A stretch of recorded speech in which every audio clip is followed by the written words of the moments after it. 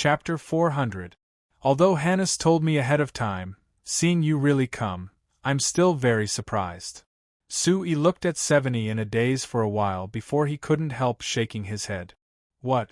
Chairman Su, you don't welcome me? Seveni revealed a faint smile. Although her skin was a bit rough because she had been in the north for a while, her expression was still as warm and friendly as before. How could that be possible? Sui quickly denied it. Knowing that you were taking over as Banta City's city lord, I was so happy that I almost jumped up. You can ask Hannes if you don't believe me.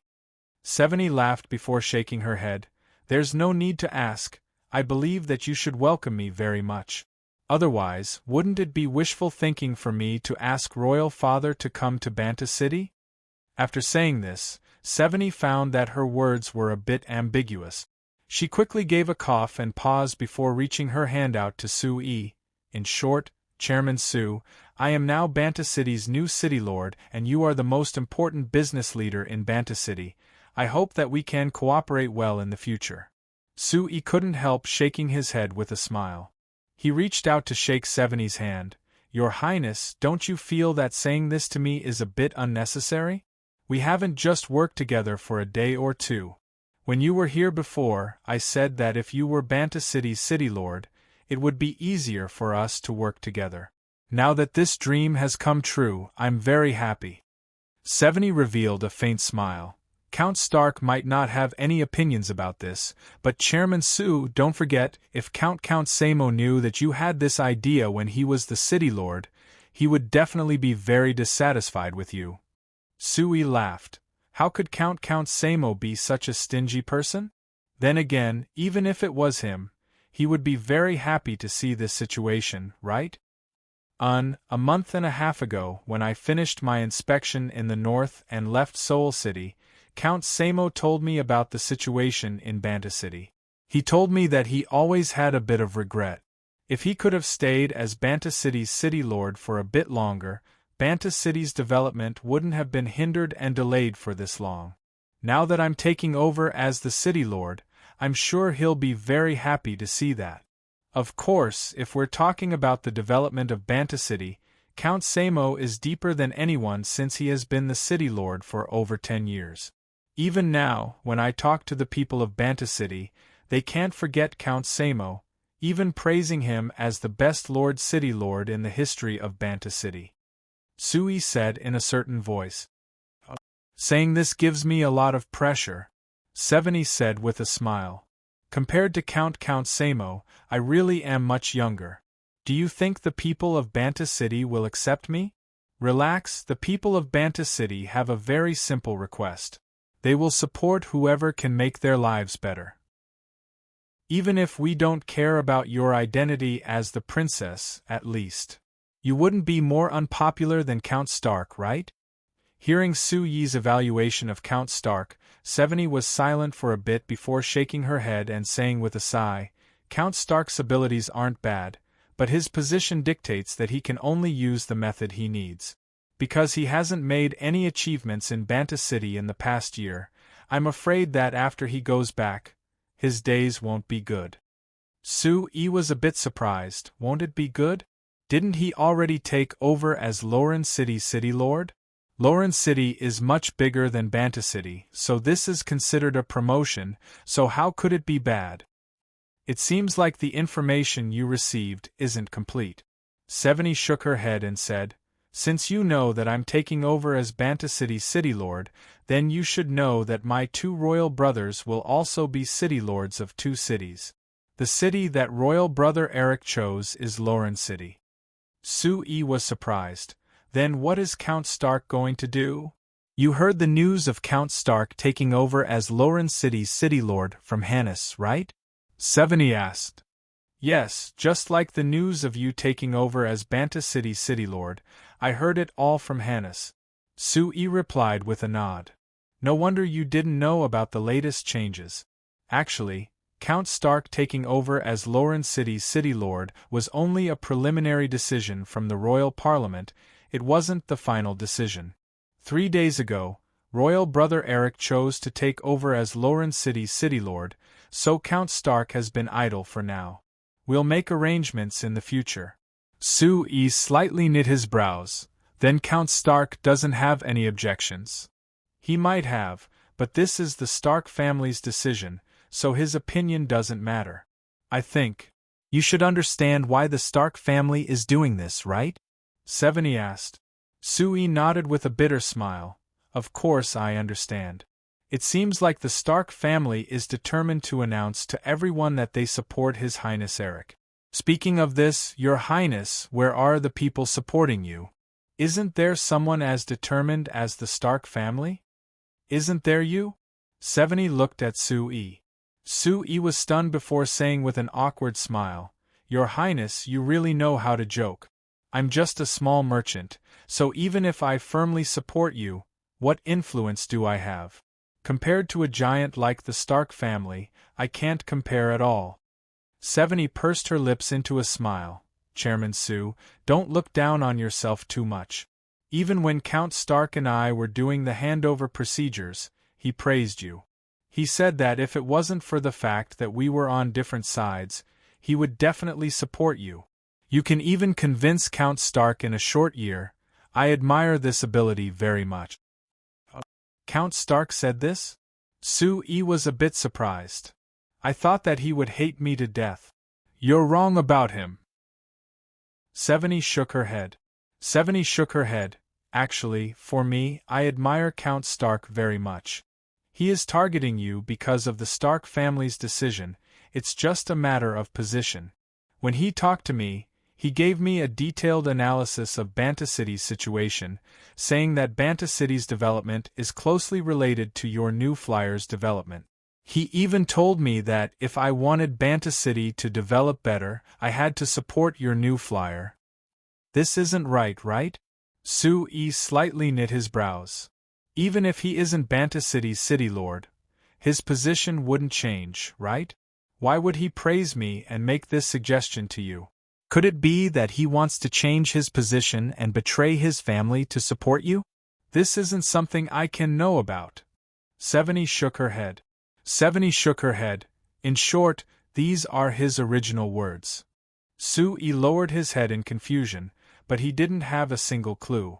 He could only shake his head to stop thinking about this problem and ask Seveni, All right, Your Highness. Now that you are officially our Banta City's new city lord, what are you planning to do next? Seveni revealed a faint smile which completely exceeded Sui's expectations. She actually gave a half bow to Sui and said with a faint smile, Honorable Viscount Sui, on how to develop Banta City, I hope that you can give me your greatest support and suggestions. Sui was stunned. Hey, you are the Lord City Lord, all right? Seveni winked at Sui and there was a naughty look in her smile. But whether it is Royal Father, Count Samo, or Count Stark, the two previous city lords, they all told me that on the development of Banta City, I had to seriously listen to the opinions of the new Flyers chairman. So Chairman Su, you have to take this responsibility. Seeing the joy in Seveni's smile, Sui couldn't help shaking his head, not knowing what to say for a while. ####, the news of Her Highness Seveni becoming Banta City's city lord was immediately announced by the Banta Times. On the day this news was announced, the people of Banta City suddenly found that Banta City had become lively overnight. The streets of Banta City that had been depressed for a year because of Count Stark's agricultural promotion policies had suddenly become prosperous again. It was like countless shops that had been forced to close had agreed to reopen on the same day, and there were countless people on the street. Even if it couldn't compare to the most prosperous scene from 2 years ago, it wasn't as bleak as when Count Stark was the city lord. It was just a change in city lord, but it was like Banta City had changed and was filled with life again. In this situation, naturally there weren't many people who noticed that when the Banta Times announced that Her Highness Seveni would take over as Count Stark's city lord, they also announced another piece of news. His Highness Eric would become Loren City's city lord. Moreover, almost everyone ignored the explanation and analysis of these two appointments in the Banta Times. According to the information the Banta Times obtained, the reason why His Majesty had unexpectedly made His Highness Eric and Her Highness Seveni the city lords of Banta City and Lauren City was to test their ability to govern and prepare for the successor to the throne. If one of them could do well as the city lord, naturally they would receive points in His Majesty's mind and would have more chips in His Majesty's decision on who would take the throne. So from the perspective of the citizens of Banta City, this was just a change in city lord, but from a long-term perspective, it was very likely that this would decide the next king of the Lampari kingdom. As for the other Highness Mifam that the Banta Times didn't mention, without knowing why, he was completely ignored by everyone. Chapter 401. Hello, Mr. Mercado, this is your driver's license, please confirm it and put it away. After taking the beautifully made driver's license from the beautiful receptionist of the new flyer, Mercado looked at his name and picture on the driver's license. He excitedly waved his hand and turned to run out of the office of the new flyer's magic car driving center. When he ran out the door, there was a person who came over. Mercado couldn't dodge in time and slammed into them. It was a good thing that Mercado's reaction was fast. He quickly twisted his body and moved to the side, but his shoulder still slammed into that person. Purring! With a muffled sound, Mercado found that the person he had bumped into seemed to be very light. He had only swayed a little, but the other person had been knocked back a few steps. He sat on the ground and let out a painful groan. Hearing this coquettish moan of pain, Mercado immediately panicked. It was actually a girl. Mercado quickly squatted down and reached his hand out to the young girl on the ground with an awkward look. He said in an apologetic voice, Sorry, I didn't watch the road properly, I'm really sorry." The young girl slightly knit her brows and looked up at Mercado. The two looked at each other and were both stunned. "It's you?" "It's you." This girl was the receptionist who had rejected Mercado's request to get a driver's license and buy a magic car when he came to the Falling Rain Valley to buy a magic car. After recognizing this girl, Mercado felt even more awkward. Last time he had come with great expectations, but he had been rejected. In his anger, he had reprimanded this girl. If it wasn't for the new Flyers chairman Sue coming out to help him, he would have made even more trouble. Thinking of how aggrieved this girl looked when he reprimanded her, Mercado felt even more apologetic. After thinking about it, he braced himself and said, This young miss. I'm really sorry. Not only this time but also last time. I really lost control last time and I regretted it when I thought about it because Chairman Sue was right. No matter what, I couldn't treat a young and beautiful girl like you with such a bad attitude. I always wanted to apologize to you. Now that I've met you, I... Mercado hesitated for a while before suddenly saying, Can I treat you to a meal? Erica looked at Mercado in surprise. She thought that this person was very strange. He had just apologized to her and now he wanted to treat her to a meal? Wasn't this what her male colleagues often said when they were pursuing her? But thinking about it, Erica understood. He should be treating her to a meal to express his apology, so she waved her hand. No need, I didn't take it to heart. You don't have to be so polite. Erica hesitated a bit before she reached Mercado's hand. Erica, Mercado's Mercado. She really didn't care about what happened last time. Although she had been reprimanded by Mercado in front of all those people, this matter had alarmed Chairman Sue, who was aloof in Erica's mind, so Chairman Sue had personally helped her out. In fact, Erica had been secretly happy because of this and had bragged about this matter to her female colleagues and friends for a while. Moreover, because of this matter, the company placed more importance on the receptionists in charge of receiving guests. Under the orders of CEO Kennard, not only did they receive special training, even their wages were increased. It went from 8 gold coins a month to 12 gold coins, which was an increase of half. So to be honest, although Erica felt that Mercado's attitude towards her was excessive, because of this matter, she had gained many benefits. So she didn't have any hatred towards Mercado, and was even curious about him. Why did this person care so much about a driver's license and the right to buy a magic car? She had clearly told him that the new Flyers magic car would only be sold to the Fersen Carriage Company, so why did he seem so disappointed and even lose his composure? Could it be that this magic car was that important to him? Being looked over by Erica's curious gaze, the awkward look on Mercado's face became even stronger. He thought that Erica had remembered what happened last time and hadn't forgiven him at all. Seeing that Erica didn't respond to his invitation, Mercado gave a self-deprecating laugh. He gave a bow to Erica and prepared to leave. "Hey! That! Mr. Mercado, please wait." Who would have thought that before he took 2 steps, Erica would suddenly call out to him? Mercado looked back at Erica in surprise and said in a pleasantly surprised voice, "This young miss, are you planning to accept my invitation and forgive me?" "No, I don't care about these things." "But—" Erica shook her head and pointed at the small green book in Mercado's hand as she asked, "The one in your hand should be the second-grade driver's license issued by our company, right?" Mercado quickly replied with a nod, "Yes." "This young miss, you actually know that this is a second-grade driver's license?" "Oh, sorry, I was wrong again. You are an employee of the New Flyer. It isn't strange that you know this." "Sorry, I didn't mean to offend you." "It's nothing." Erica didn't mind. Erica didn't care at all. "I was just curious. Our company's driver's license test has been open for less than a month and you've already gotten one. It seems like you really care about magic cars. Now that you've gotten your driver's license, are you planning on buying a magic car?"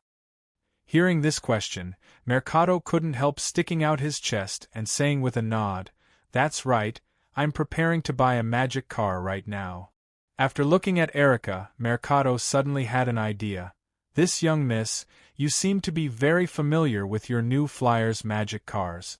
Then can I ask you to take me to buy a magic car? I don't know much about it, so if you're willing to help me, that would be great." Erica hesitated a bit before saying with a smile, "All right, helping a customer like you solve problems is my duty. Please come with me." Seeing Erica signal to him and lead the way, Mercado couldn't help giving himself a thumbs up. "Mercado, you really are smart."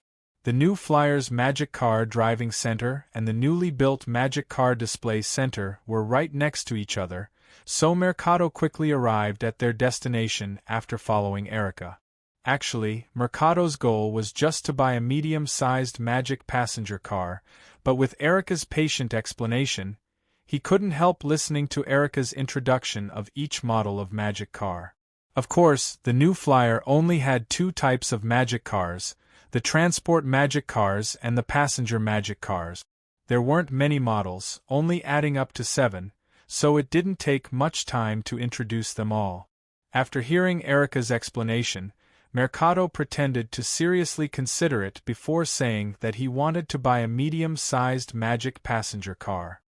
"Mr. Mercado, our company's current price for a medium-sized magic passenger car is 860 gold coins. Do you accept this price?" 860 gold coins. Mercado was stunned. This price really was a bit out of Mercado's expectations. According to his thoughts, for a magic machine like the magic car, a single one was worth several horse carriages, so the price should be as high as several horse carriages added together. Even if it was a normal horse carriage, it would cost at least 400 gold coins. So Mercado's lowest price for a magic car should be over 1,000 gold coins. However, this medium-sized magic passenger car that Mercado thought was countless times better than horse carriages was only being sold for 860 gold coins. Seeing the expression on Mercado's face, Erica thought that Mercado thought it was too expensive, so she immediately said, "Yes, mister, this is our company's current price. But since this is the first batch of magic cars to be sold, our company has a certain discount. Take this medium-sized magic passenger car as an example. If you order it, You can enjoy our company's Xinfei brand magic air conditioner or Xinfei brand magic freezer. That's quite good. What other discounts are there? Mercado calmed himself before asking. I'm very sorry, there aren't any other discounts for now. Erica shook her head. It's like this. Mercado looked over this medium-sized magic passenger car for display, and after thinking about it, he said with a nod, All right, I've decided to buy a medium-sized magic passenger car. Where do I pay? A medium-sized magic passenger car? After receiving Mercado's confirmation, Erica brought him to the sales desk on the side and helped him take care of the following procedures. When everything was taken care of, Mercado looked out the window and found that it was already past noon. He said to Erica, Young Miss Erica, are you willing to give me the honor of having lunch with you? Other than apologizing to you, I also have some questions that I want to ask you. Erica hesitated a bit before asking back, Is it related to the magic car? Yes. Mercado nodded. Because this is the first magic car I'm buying, there are many questions that I want to understand to avoid problems that can be avoided. I can see that you understand this medium-sized magic passenger car very well, so it shouldn't be a problem if I ask you, right? Erica considered it a bit before giving a nod, all right. Actually, Mr. Mercado, I'm also very interested in why you want to buy a medium-sized passenger magic car. If I can know your goal in buying it, it should be very helpful to our company's future research on magic cars. I never thought that you were such a good employee for the company. If I'm lucky enough to meet Chairman Su, I will definitely praise you. Mercado couldn't help teasing her. Erica's face turned a bit red as she shook her head. I'm just doing my job.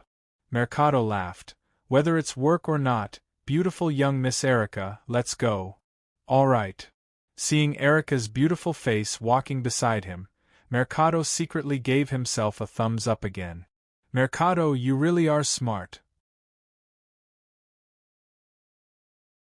Chapter 402. This meal was very pleasant. In order to show how apologetic he was, Mercado specially invited Erica to a high-class restaurant that had just opened outside the Falling Rain Valley.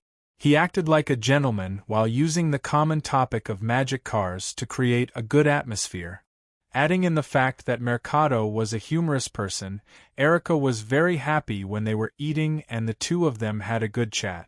After they finished lunch, Mercado cleverly used the excuse that he still needed to ask about magic cars in the future to obtain Erica's agreement that he could come find her at any time. After sending Erica to work in the Falling Rain Valley, Mercado looked at Erica's graceful figure as she left and couldn't help but reveal a satisfied smile. He never thought that because of this accident, he would meet a rare beauty like Erica. He really was very lucky. But when he thought of the magic car, Mercado put down the random thoughts in his mind. He turned to leave the Falling Rain Valley and got into the new medium-sized magic car that was coming from Banta City. When he took the horse carriage before, because the journey from the Falling Rain Valley to Banta City was over 60 kilometers, it would take at least 4 hours to get there. But now with the new medium-sized magic car, it only took a bit over 2 hours to get there. Because it saved half the time, it was quickly welcomed by everyone. In the beginning, the Fersen Carriage Company only used a single medium-sized magic car for each public transport route. Because it was too novel, there were many people who didn't dare accept it at first. But once they tried sitting in it, everyone found that compared to horse carriages, whether it was in terms of comfort or the most important speed, the magic car was much better than horse carriages. So in just half a month of testing, there were countless people who urged the Fersen Carriage Company to change all the horse carriages into medium-sized magic cars.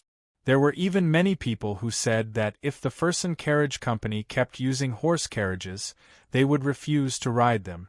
So on the Fersen Carriage Company's public transport routes, there were more and more magic passenger cars replacing horse carriages. But because of the limited capacity of the new flyer, There was no way for the Fersen Carriage Company to change all their horse carriages into medium-sized magic passenger cars, so there were many magic passenger cars that coexisted with horse carriages. Of course, the public transport line from Banta City to the Falling Rain Valley was immediately changed to medium-sized magic cars by the Fersen Carriage Company. 2 hours later, Mercado jumped out of the magic passenger car and headed to the newly built Fersen Carriage Company headquarters outside Banta City. This headquarters had just been completed last month. The most important reason was that Banta City's public transport system was becoming more and more mature, so the Fersen Carriage Company needed to manage more and more public transport magic cars. If they continued to set it up in Banta City, it would seem too small and it would be hard to change it. This was also a trend that appeared in Banta City. With the rapid development of Banta City, the small Banta City was becoming more and more closed and crowded. There were many merchants and normal citizens that began moving out of Banta City. Moreover, when Satsuma Count was the city lord 2 years ago, he had already proposed the idea of building a new city district. Now that the roads outside Banta City were quite dense, and with the construction of the Amsterdam Chamber of Commerce over the years, the outskirts of Banta City had all kinds of facilities. If they really had to compare, the new city outside Banta City was much better than Banta City. Not only was it much more spacious, there were more facilities that were more convenient, like street lamps that could be seen everywhere. Moreover, now that Count Stark, who had blocked Banta City's development, was finally gone and it was unexpectedly replaced by Her Highness Seveni as the city lord, the energy that had been suppressed in Banta City for a year exploded.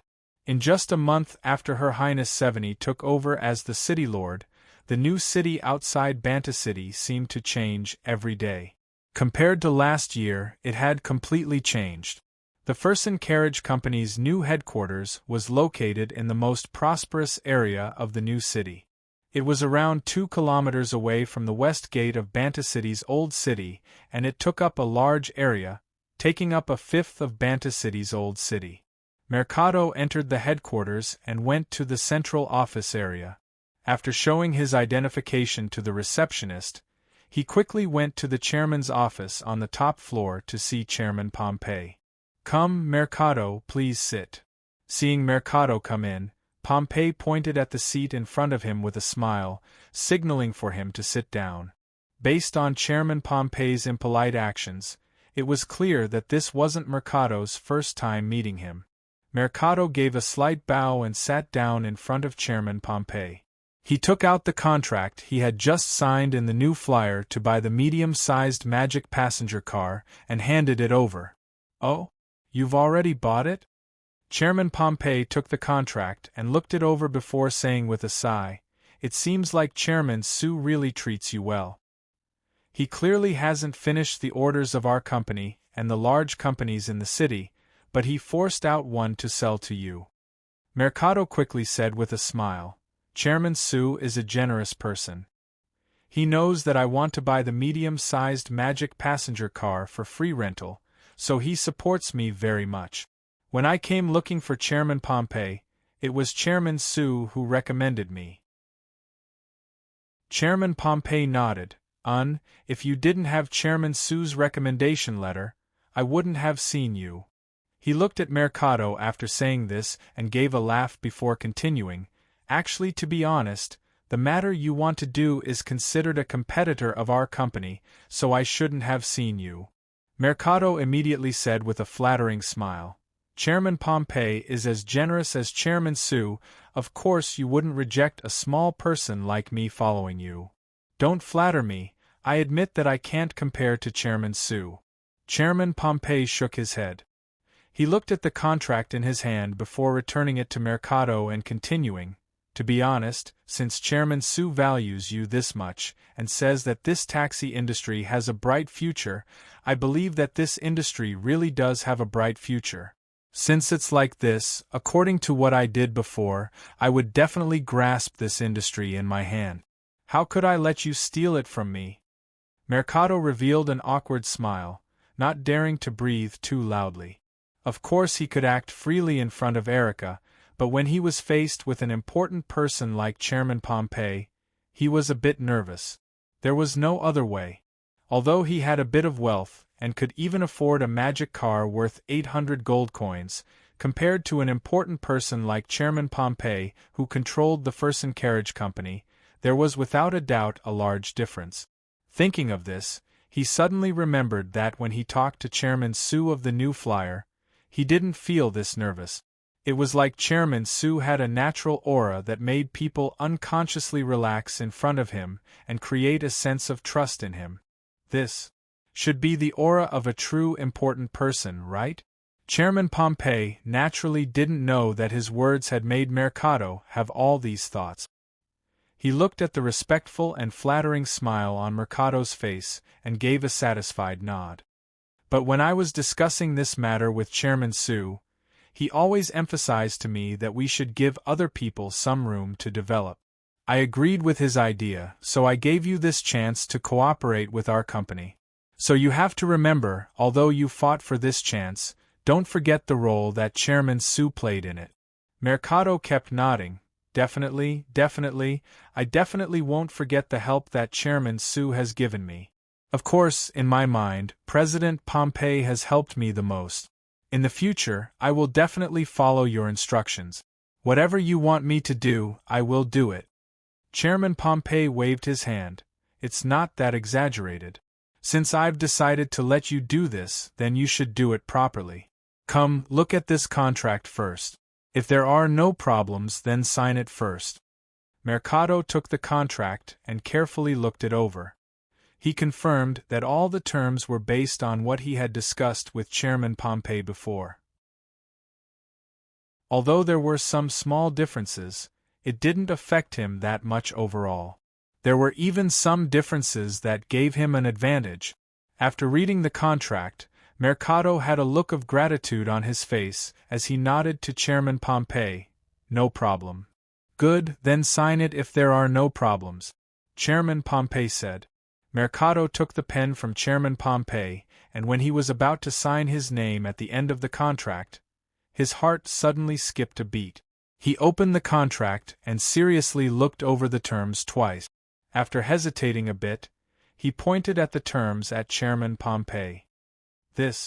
Chairman Pompey, this magic car was bought by me, so I don't need to report to your Pompey Chamber of Commerce each year to be tested, right? When we talked last time, you didn't mention this. Chairman Pompey looked over the clause and casually said, "Oh, this isn't my idea.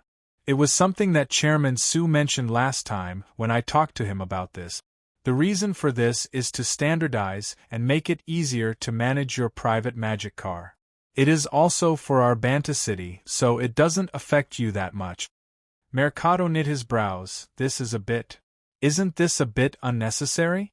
This is a magic car that I bought. Others can come find me if they want to rent it. It shouldn't be related to others, right? Why do they have to report for maintenance every year and check their qualifications? Chairman Pompey shook his head and said with a bitter smile, "Don't ask me, I actually don't understand why Chairman Sue is so strict about this. But you don't need to go against this, even our Fersen Carriage Company's magic cars have to follow this rule, so you don't need to think about going against it." Then you didn't protest to Chairman Sue? Mercado asked in a voice filled with disbelief. Chairman Pompey knit his brows and looked at Mercado as he said in a dissatisfied voice, "I'm not as meddlesome as you.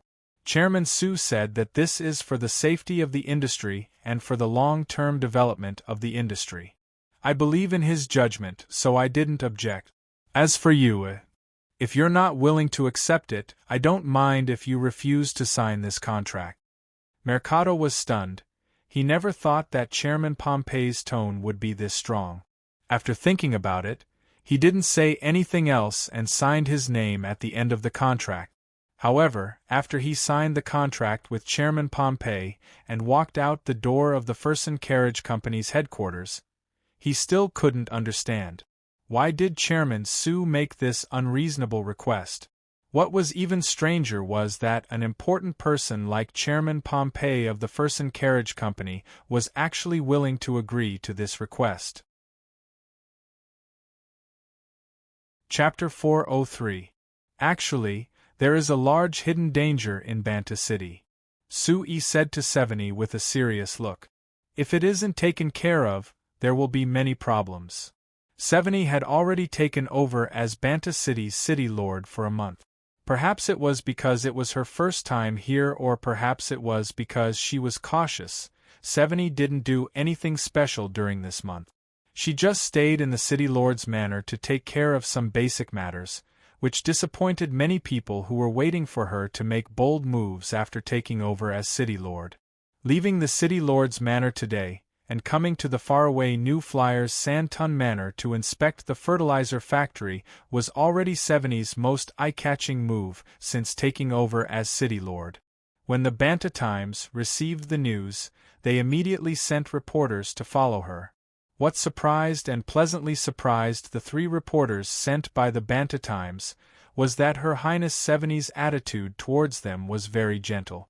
She even allowed them to follow her and report on her inspection. Moreover, she patiently answered many of their questions, making the 3 reporters feel that this trip wasn't in vain.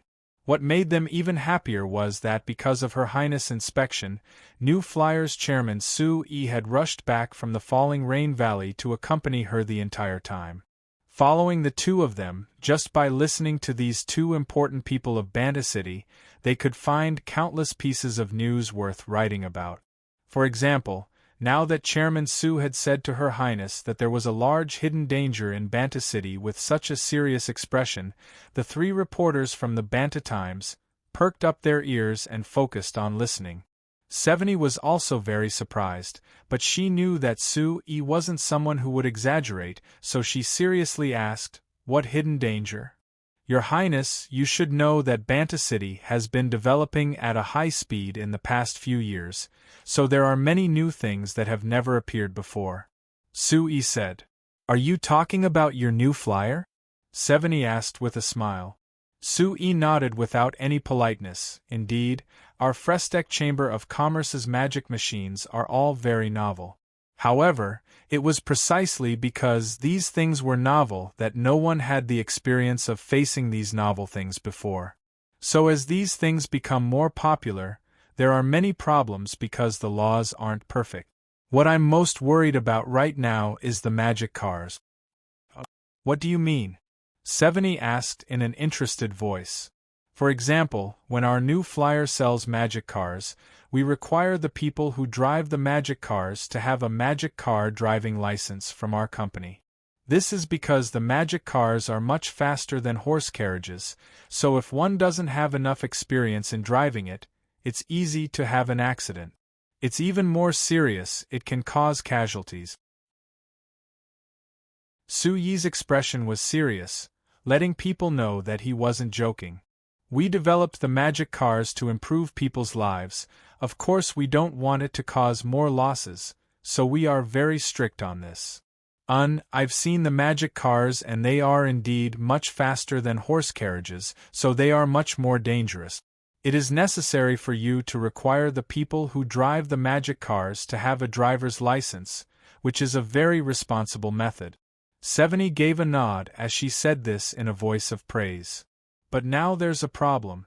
Sui spread his hands and helplessly said, "Although we have signed an agreement with the buyer when selling the magic cars, saying that the person who drives the magic cars must have a driver's license, we are only a company and don't have any real binding power.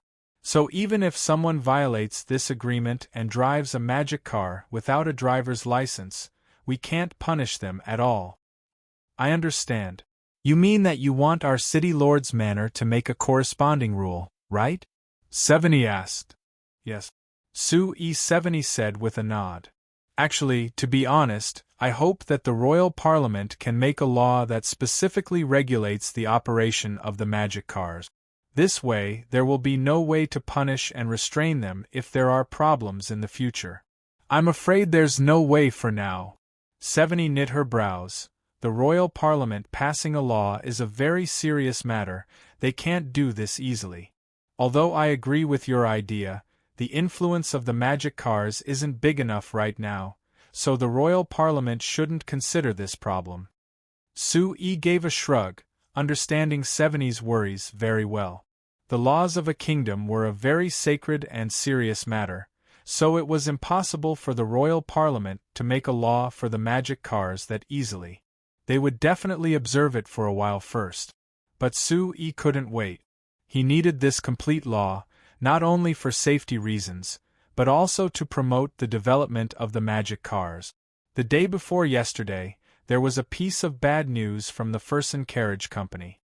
There was a coachman who wasn't convinced that his former colleague was driving a medium-sized magic car, earning 2 gold coins more than him.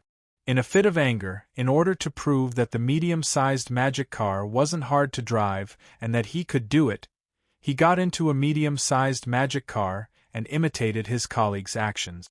But he hadn't been trained and didn't know much about the magic car before, so he didn't drive far before hitting a wall at high speed. Although he did not lose his life, he was heavily injured and was still unconscious on the bed. When Chairman Pompey sent someone to inform Sue of this matter, he also mentioned that the family of the coachman was causing trouble at the Fersen Carriage Company. They claimed that it was the company that had heavily injured the coachman, so they were asking for compensation. If this news was spread, there was no doubt that many people would be afraid of the magic cars. It would be a large hindrance to Sue-Yi's development of the magic cars.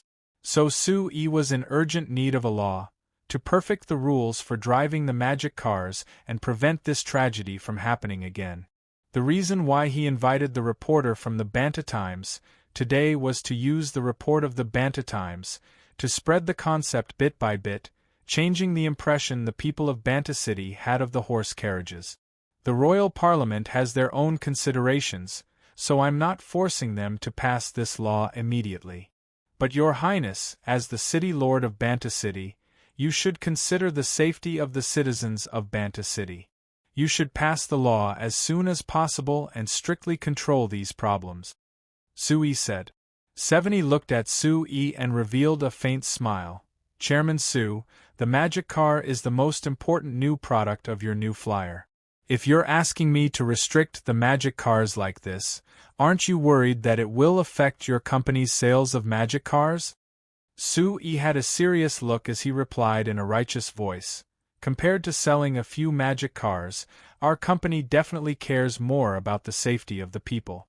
I think that when the City Lord Manor makes the law, they should also instill a sense of safety in the citizens of Banta City. Seveni's lips curled as she looked at Sue with a gaze of deep meaning before giving a slight nod. All right, I'll have people properly study it when I get back. Of course, Chairman Sue, you should also participate in this matter since no one understands the magic cars better than you. That is certain, I can't avoid this matter.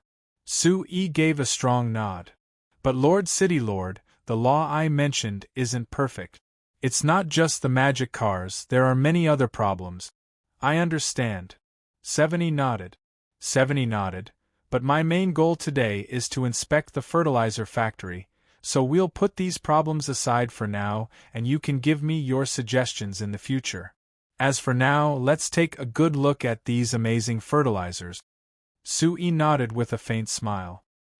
He made an inviting gesture and led Seveni and the 3 reporters from the Banta Times into the fertilizer factory.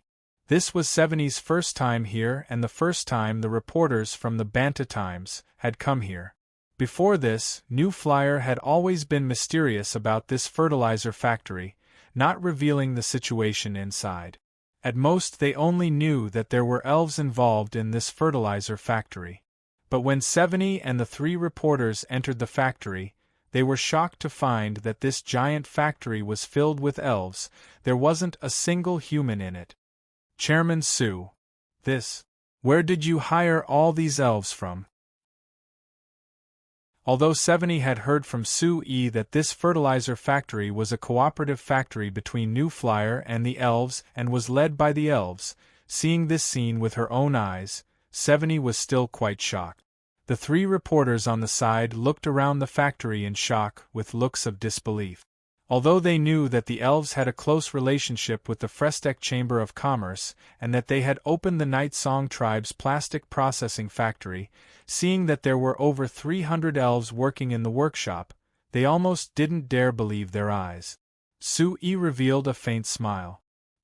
He thought that Seveni and the three reporters definitely couldn't tell that the elves in this factory weren't the same as the elves in the Night Song tribe's plastic processing factory.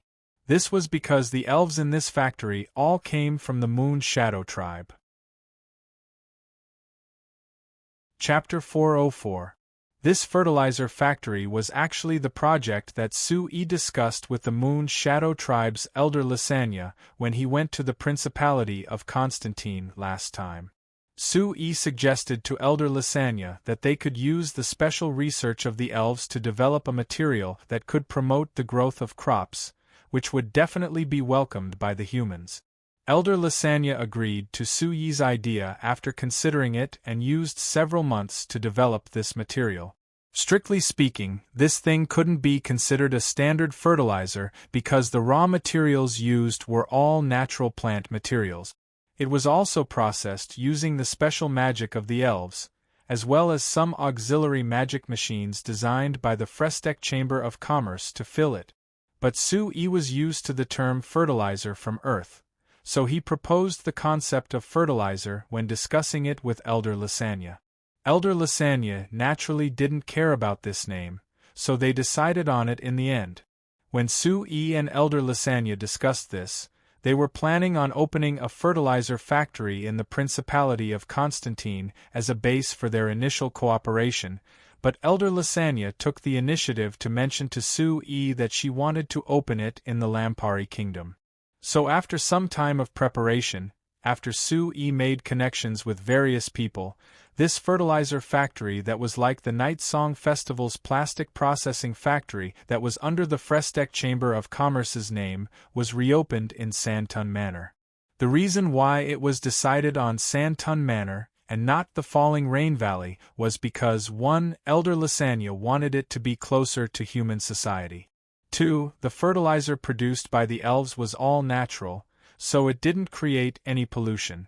Even the smell of the fertilizer produced was very clean, so it was much better than the fertilizer factories on Earth. When bringing Seveni and the three reporters from the Banta Times to tour the fertilizer factory, Sui didn't explain the differences to them. He just answered some questions that they were more concerned about, like the output. Last month's output was 87,000 tons, and this month's output might be over 100,000 tons. Sui pointed at the busy fertilizer production line and introduced it. Based on the current situation, before the fall harvest, not only can this fertilizer factory satisfy the needs of Banta City, it can also produce a portion to sell to other places. Don't sell the extra part to other places, just keep it as a stockpile for now. Seveni said, if Chairman Su is worried about losses, I can buy the extra part on behalf of the City Lord Manor at the price set by your company. Your Highness is treating me like an outsider. As long as it is your request, of course I will follow it. But Your Highness, in another 2 months it will be time for the fall harvest. It's best if you make arrangements for Banta City's fall plowing ahead of time, because the fertilizer has to be used with the seeds for the best results. No problem, I'm already planning it. Seveni nodded. After all, agriculture is the foundation of our Banta City, we can't be careless at all. The three reporters focused on recording their conversation were surprised at the same time. After looking at each other, one of the older reporters hesitated a bit before asking Seveni, Your Highness, you mean? You're the same as Count Stark, placing importance on Banta City's agriculture development? Of course. Seveni nodded without any hesitation. Agriculture is the most fundamental thing. In a situation where we can't even fill our stomachs, it's a waste of time to consider anything else. So no matter what, we have to prioritize agriculture development. The reason why I came to this fertilizer factory today is to show my attitude." The three reporters were stunned as their expressions became a bit ugly. The reporter who asked the question just now knit his brows to think before asking, "Your Highness, can I understand that you're planning on adopting the same policy as Count Stark? Prioritizing agriculture and suppressing business?" After asking this question, the three reporters nervously looked at Seveni without blinking.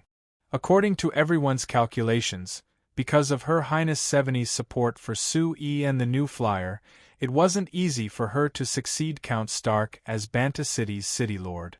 She would definitely change Count Stark's policy this year and fully support Sue and the new flyer, prioritizing business development in Banta City again.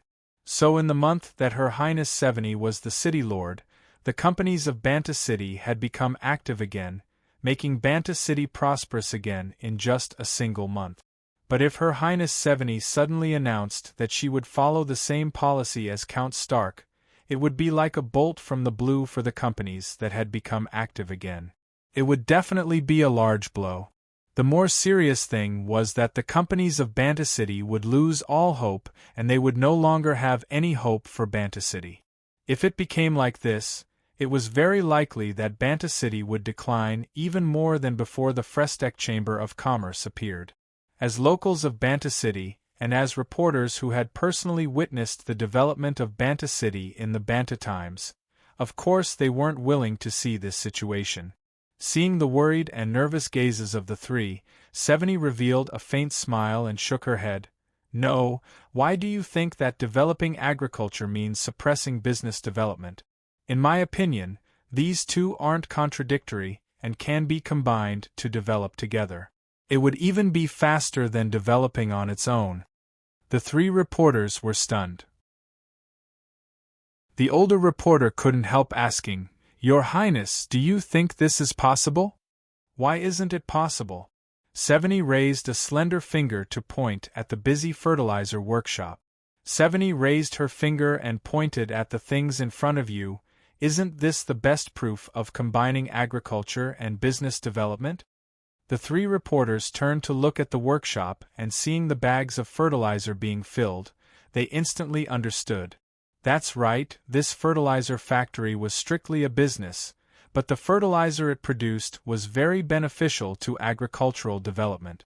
The spring plowing from a few months ago had proven the large effect of fertilizer on agriculture, so no one could deny the importance of this fertilizer factory to Banta City's agricultural development. There were even many people who called for the new flyer to invest more in this fertilizer factory. It would be best if they could produce more fertilizer, allowing every inch of land in the Lampari Kingdom to use this good thing. Other than this fertilizer factory, I feel that the canned fruit factory that the new flyer opened in Koror village is also very useful to agricultural production. When you mention agricultural production, the first thing you think of is wheat and rice, but in my opinion, as long as it's a crop, it is an important part of agricultural production. Seveni said, "After personally witnessing the powerful effects of the fertilizer, I'm certain that the people of Banta City won't need to worry about filling their stomachs. From now on, we should work hard for a better life." Seeing the confident expression on Seveni's face, the three reporters were stunned. They turned to look at Sue and found that Sue also had a confident smile on his face. The three of them instantly understood. It seemed like not only did Her Highness not suppress Banta City's business development like Count Stark, she had a deep discussion with Chairman Sue and was already considering the long term. Compared to Count Stark's short-sighted method of suppressing business and promoting agriculture, there was no doubt that Her Highness' method was much better. This fertilizer factory wasn't big, so Sue didn't take long to finish touring it with Seveni and the three reporters. When the tour was over, the morning wasn't over yet. Sue invited Seveni and the three reporters to have lunch with him as the host, but he was rejected by the three reporters. Her Highness clearly wanted to stay alone with Chairman Sue to discuss some things that couldn't be announced, so wouldn't they be an eyesore if they stayed? As the reporters of the Banta Times, How could they not have good eyesight and flexibility? So the three reporters used the excuse of going back to summarize their report to reject Su Yi's invitation and left the factory. After sending the three reporters off, Su Yi invited 70 into the office of the factory. When she closed the door, 70's straight body suddenly softened. It was like she had lost all her strength as she slumped down on the sofa in the office. She leaned back against the sofa and closed her eyes, slowly letting out a sigh. Seeing 70's ruined appearance, Su Yi couldn't help smiling. He poured a cup of water in front of her before sitting down in front of her and asking with a smile, "What? Is it this tiring to tour a small factory?" 70 didn't reply. After a while, she opened her eyes and sat up again. Taking a sip of the water, she let out a sigh and revealed a faint smile again. She shook her head at Su Yi and said, "The tour isn't tiring, but acting is. How about it, Su Yi? Was my performance good today?" Su Yi laughed and gave 70 a thumbs up. "Very good. 70, I feel that you can compete for the Best Female Lead Oscar." "Best Actress Oscar?" 70 was confused. "What is that?" "Cool. It's nothing, it's just an award for the best actress, showing that she acted the best." Su Yi gave a vague explanation before quickly changing the topic. "But today's show is just the beginning. Since you've already announced your policy through the Banta Times, you have to follow this policy in the future. Otherwise, you'll have wasted 3 years in Banta City." 70 revealed a faint smile with a determined look on her face. "I will." Chapter 405. Watching 70 get into the horse carriage with the City Lord Manor's symbol, Su Yi waved his hand at 70, who poked her head out of the window. Then he watched the horse carriage carrying 70 off in the direction of Banta City in a daze, falling into deep thought. According to the decision of the king through the royal parliament, whether it was Her Highness 70 or His Highness Eric, they would be Banta City's City Lord and Loren City's City Lord for 3 years. After 3 years, they would leave no matter how well they did in the City Lord position, so they would only have 3 years to show their abilities. If they couldn't show results in these 3 years and prove themselves to everyone, they would be at a great disadvantage in the competition for the throne. Of course, if they could show good results, it would be equal to adding a large chip for themselves. Su Yi didn't understand the situation in Loren City and didn't care about what His Highness Eric planned to do, but he supported Her Highness 70 from the bottom of his heart. So since 70 came to Banta City, he met with 70 almost every day and discussed things with her. Other than helping her understand Banta City, he also gave her various suggestions. 70 had a very good advantage, which was that Count Stark hadn't been Banta City's city lord for long, so he hadn't had time to infiltrate every part of Banta City. Compared to Satsuma Count, who had been Banta City's city lord for over 10 years, his influence couldn't compare.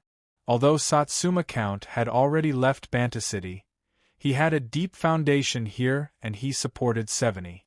So after 70 took the city lord position, because of her relationship with Satsuma Count, she could easily control the situation in Banta City, allowing her ideas to be easily carried out.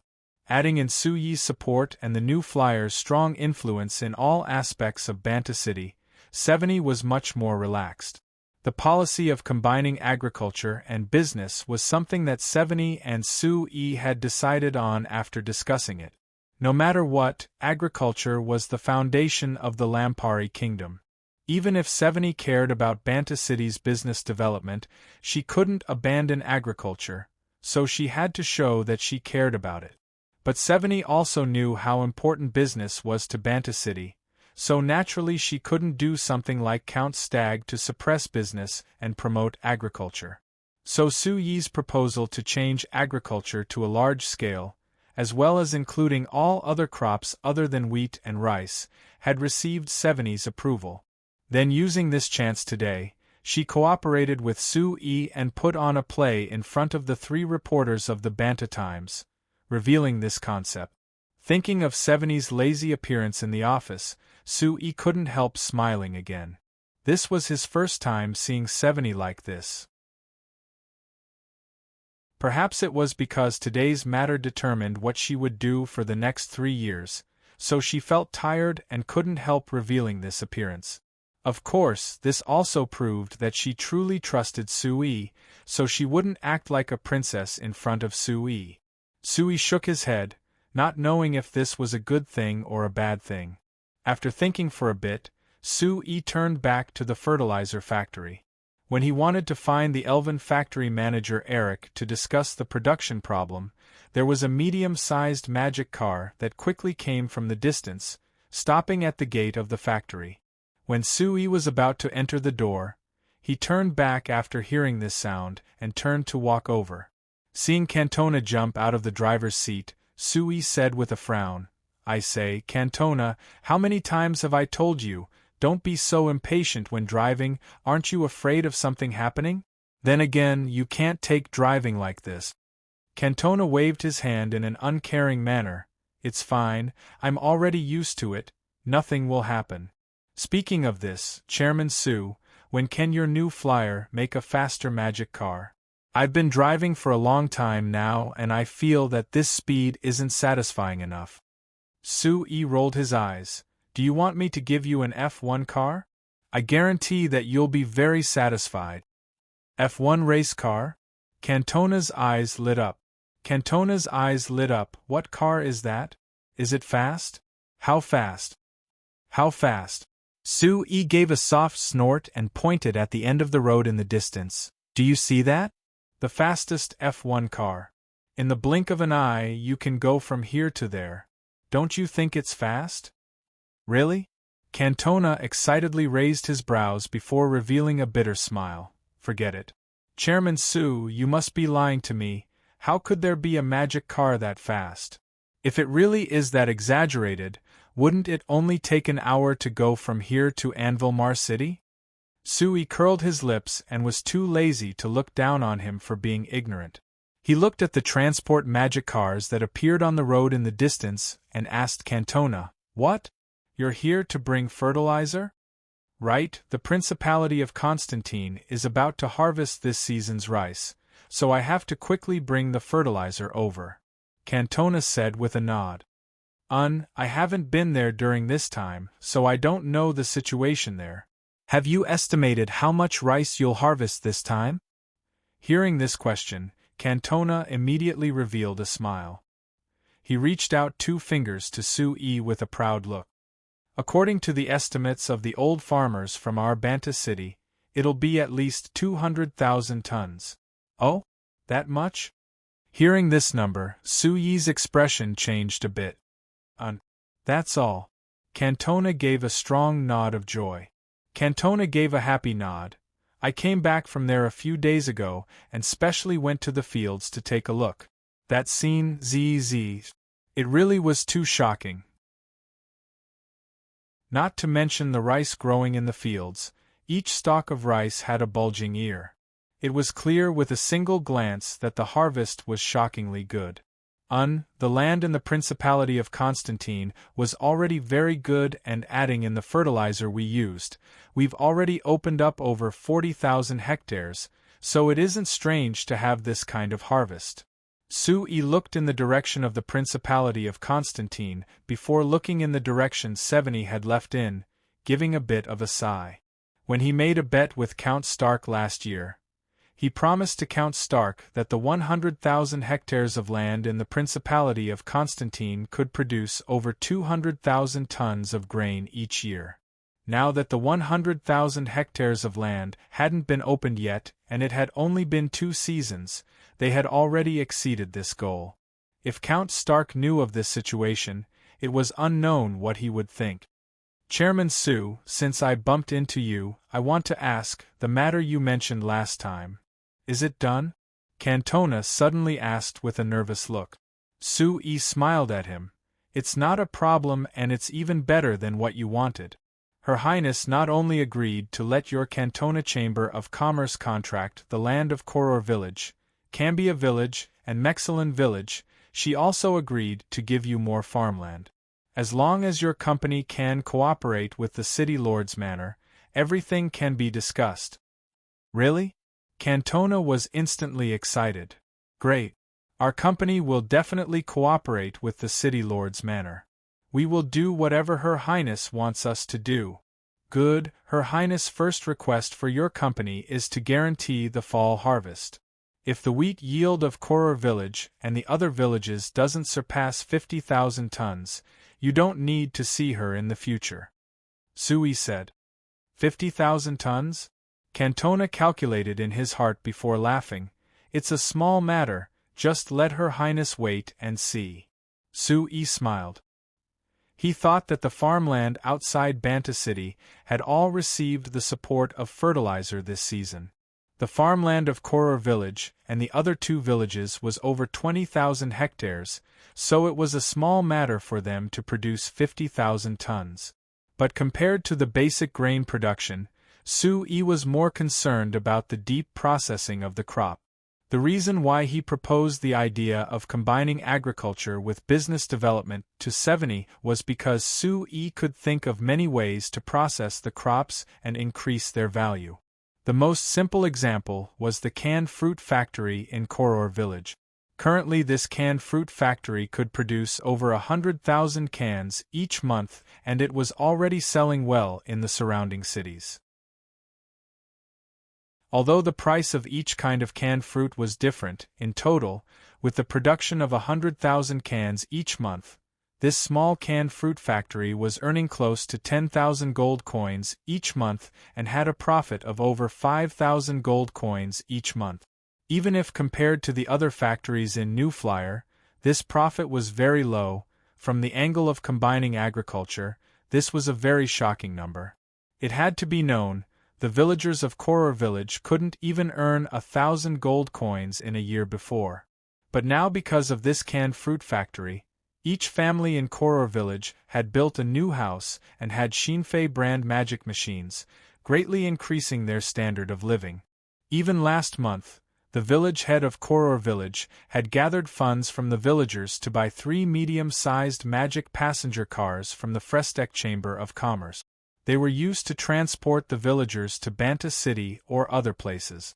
Because they had witnessed the changes in the lives of the villagers of Koror village, the villagers of Cambia village and Mexilin village, who had their farmland rented by the Cantona Chamber of Commerce, proposed to the Cantona Chamber of Commerce to take back their land and plant fruit trees for the canned fruit factory.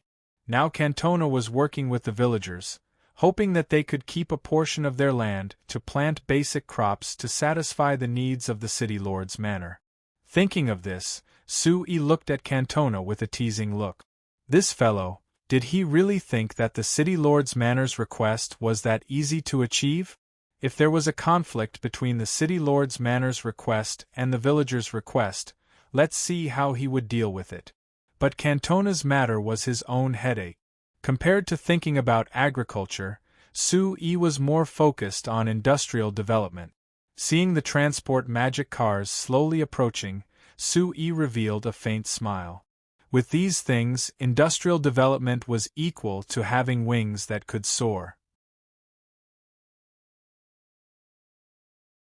Chapter 406. A medium transport magic car was quickly driving on the road from Norton City to Kramer City. Although 40 kilometers an hour was considered slow on Earth, in this world where horse carriages were the main means of transportation, it was already considered fast. Feeling the trees on both sides of the road quickly passing by, Baltro's hands gripped the steering wheel even tighter. He stared at the road in front of him, not daring to relax at all. Sarkozy on the side saw Baltro's nervous appearance and gave a laugh. I say, Baltro, do you need to be this nervous? It's not that fast right now, what are you afraid of? Baltro stared at the road in front of him and didn't dare turn around, but he still angrily said, Nonsense, I just got my driver's license a few days ago, of course I'm nervous. Sarkozy laughed. So I already had you go to New Flyer with me to get your driver's license, but you weren't willing. Look at me, driving this car is like playing, it's so easy. Baltro was even angrier. He wanted to curse, but because he was too excited, his hands trembled and the steering wheel twisted. The car suddenly turned and almost went off the road. Sarkozy on the side was scared and quickly reached out to steady the steering wheel, bringing the car back onto the road and stabilizing it. Baltro slowed down the car and wiped the cold sweat off his forehead. Then he glared at Sarkozy and angrily said, "Don't provoke me, something almost happened." Sarkozy was also quite scared. Normally he would have spat back, but now he just wiped his forehead in shock and nodded without saying a thing. After driving at a speed of less than 20 kilometers an hour for a while, Baltro couldn't help raising the speed again. With the experience just now, he had found some tricks. He wasn't as nervous as before and felt that driving the magic car was much easier. After running on the road for a bit, Baltro suddenly curled his lips and said in an emotional voice, "It's no wonder the Frestec Chamber of Commerce requires everyone to have a driver's license to drive a magic car. If you don't properly practice, it really is easy for problems to occur." Sarkozy looked at Baltro and found that he was more relaxed compared to before. He was secretly surprised as he echoed, "That's right, didn't you see the magic car regulations from the City Lord Manor? There are so many things that have to be followed, and I felt that it was troublesome at first, but after driving this car for a while, I felt that the regulations were very reasonable. For example, it says that you have to wear a seatbelt when driving, otherwise you'll be fined if you're caught. Look, if you didn't wear your seatbelt, you might have been thrown out and we might have been in big trouble." Baltro gave a slight nod. I'll definitely tell my kids about this when I get back. The two of them want to take the driver's license test soon. If they don't study seriously and something happens, it will be too late for regret." Sarkozy looked at Baltro and laughed. "What? You're scared?" "I'm not scared," Baltro said angrily. Baltro angrily said, but this time, he was still able to hold the steering wheel even when he was angry, not letting his emotions affect his driving. "All right, what's there to be embarrassed about if you're scared? I was also scared when I drove this on the road for the first time, but it's fine after getting used to it." Seeing that Baltro really was worried, Sarkozy didn't mock him this time and gave him a few rare words of comfort. "Then again, if you want to make money, how can you not take some risks? Look, as long as we send this batch of goods to Kramer City, we can earn 3 gold coins. We can make a round trip in less than a day, so we can earn more. That's just the freight that others pay you. You haven't even counted the money spent on the road. How much can we earn after that?" Baltro asked. "We don't spend that much on the road, at most it's just a meal at noon. Oh, the thing that consumes the most is the magic crystals. Wait, let me see." Sarkozy suddenly leaned forward and looked at the semicircular dashboard with a needle on it before continuing. "It really is about done. When we reach Kramer City, we have to replenish some magic crystals, otherwise we can't run back." Baltro looked at the dashboard and thought of the knowledge he learned from the driving test. He confirmed that the needle on the dashboard meant that there was only a small half of the magic crystals left in the magic car. "Didn't we just fill it up when we left Banta City? It's only 200 kilometers to Kramer City. How could it all be used up?" Baltro said with knit brows. "Based on this, if we want to go further, wouldn't we need to bring a large pile of magic crystals with us? Isn't this consumption too fast?" "It's alright, magic crystals are cheap anyway. It's only 10 silver coins for a single trip and it's only 30 silver coins for a round trip, so it isn't considered much." Sarkozy waved his hand and said in an uncaring voice, "I'm not talking about this problem. My meaning is that if we have to use up all the magic crystals in the engine for 200 kilometers, how can the Fersen Carriage Company rely on this to send goods to Seoul City that is over 1,000 kilometers away?" Baltro asked. "What is there to worry about? Magic crystals are sold in every city and can be replenished at any time." Sarkozy said, "But I learned from the driving test that the magic engine of the magic car has a high requirement for magic crystals. If it isn't a high-quality magic crystal, it can't provide enough power and it affects the driving. Moreover, even if it is the same high-quality magic crystal, it will affect the performance of the magic car because of the difference in quality. So it has quite an effect, right? I don't know about that. Sarkozy gave an indifferent shrug. Baltro gave a casual shrug. Anyway, we're only responsible for driving, why do we care that much? Baltro shook his head. His face was filled with doubt, but seeing that Sarkozy wasn't interested in this problem, he gave up on discussing it. The transport magic car quickly drove on the road and after another hour, they finally arrived in Kramer City. The cargo in this transport magic car was a batch of machine parts that the Ireland Chamber of Commerce wanted them to deliver to a new company in Kramer City that mainly produced magic fans and magic kettles. After entering Kramer City, because there were more people, Baltro gave the car to Sarkozy to drive. With Sarkozy's familiar driving, the transport magic car went around the city and quickly arrived at the factory that the company had set up outside Kramer City. It was clear that this wasn't Sarkozy's first time delivering goods. Seeing this transport magic car, the guards at the gate didn't ask anything as they opened the gate and let them in. A middle-aged man wearing a blue uniform came out of the factory and welcomed the transport magic car with a smile. "Hey, old man Sarkozy, you really are fast. I just sent someone to Banta City 3 days ago to order, and you're already delivering it today." The middle-aged man said with a smile, "With your speed, you'll earn quite a bit in a month, right?" Sarkozy laughed. "It's considered not bad. But compared to you, who can earn a few thousand gold coins a month by staying here, it's a far cry." The middle-aged man waved his hand. "How could it be that much? I'm just trying to make a living. Moreover, I have to thank other people for not stealing business from me. Otherwise, if a large company like New Flyer came to invest in a factory, I guarantee that I wouldn't be able to eat the northwest wind." Sarkozy curled his lips. "Forget it, if New Flyer wanted to steal business from you, how could you earn that much? You wouldn't have been able to keep doing this.